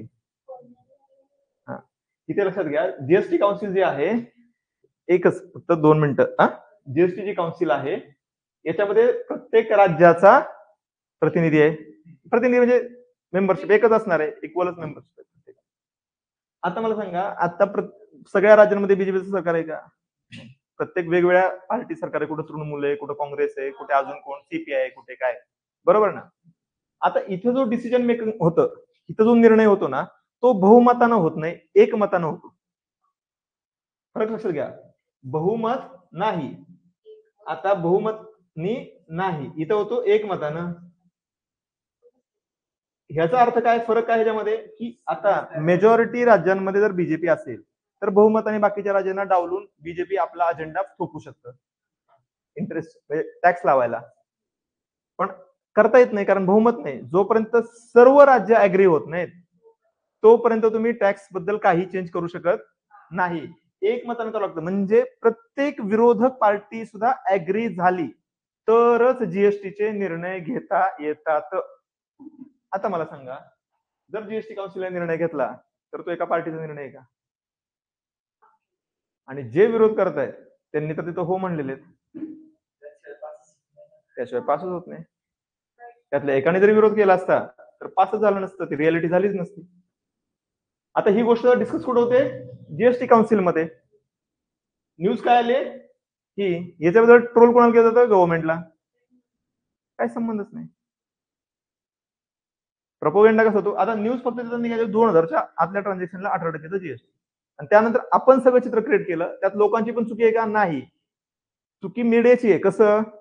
लोकांची चुकी कारण लोकांना हे माहिती आहे का? माहित असायची गरज आहे का लोकांना? लोकांना आता मी तुम्हाला सांगितलं, तुम्ही म्हणा बरोबर आहे, काहीच काही चुकी नाही. जर ही गोष्ट लोकांना समजतं तर लोक व्यवस्थित आहेत. लोकांना समजतं, पण लोकांपर्यंत ते पोहोचू दिलं जात नाही. म्हणून इथे मीडियाला लिटरली या गोष्टीसाठी पैसे पे केले जातात अशा न्यूज द्यायला. जेवढे जास्त फॉलोवर तेवढा जास्त इम्पॅक्ट. आलं लक्षामध्ये? So you are the product, म्हणून सोशल मीडिया वगैरे थोडा कमी करा. आलं लक्षात? तुम्हीच प्रोडक्ट आहे. जेवढे जास्त फॉलोवर आहे त्यांचे, तेवढा त्यांचा रेट हाय असतो एखाद्या न्यूज द्यायला, कारण तुमचा विश्वास आहे ना त्याच्यावरती. आणि मग ज्या माणसाला ते कार्य करून घ्यायचंय, तो म्हणणार की याचे 10 लाख फॉलोअर का, मग मी त्याला म्हणतो मी तुला 50 लाख देतो, ही न्यूज टाक. आलं लक्षामध्ये? तो या प्रकारे प्रोपोगंडा क्रिएट केला जातो. मुद्दा समजला? आपण एक एक्झाम्पल घेतलं. असे बरीच उदाहरणं आहेत, मला रोज दिसतात, रोज कुठे ना कुठे असे उदाहरणं असतात मार्केटमध्ये. ठीक आहे, तर हे लक्षात घ्या. हा तुमचा प्रश्न झाला की इथं युनॅनिमसली निर्णय घेतला जातो. हा प्रश्न आहे एमपीएससी साठी. ठीक आहे, जीएसटी काउन्सिलवरती पण प्रश्न खूप वेळा पडलेला आहे, फक्त हा पॉलिटीच्या अंडर येतो. ठीक आहे, क्लिअर करायचं? तुमची एक्झाम आहे ना उद्या? तुमची पण आहे? ओके, तुमची आहे का? करा, अभ्यास करा आता जाऊन. आजमध्ये काय अडचण नाही.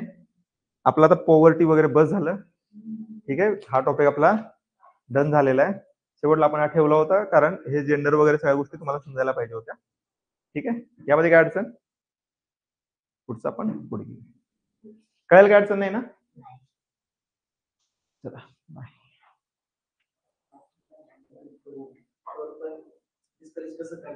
हा हा हा, आपण तुम्हाला आहे ना विषय डिस्कस करायचा, आपण काय करूया माहितीये का? तुम्ही कुठला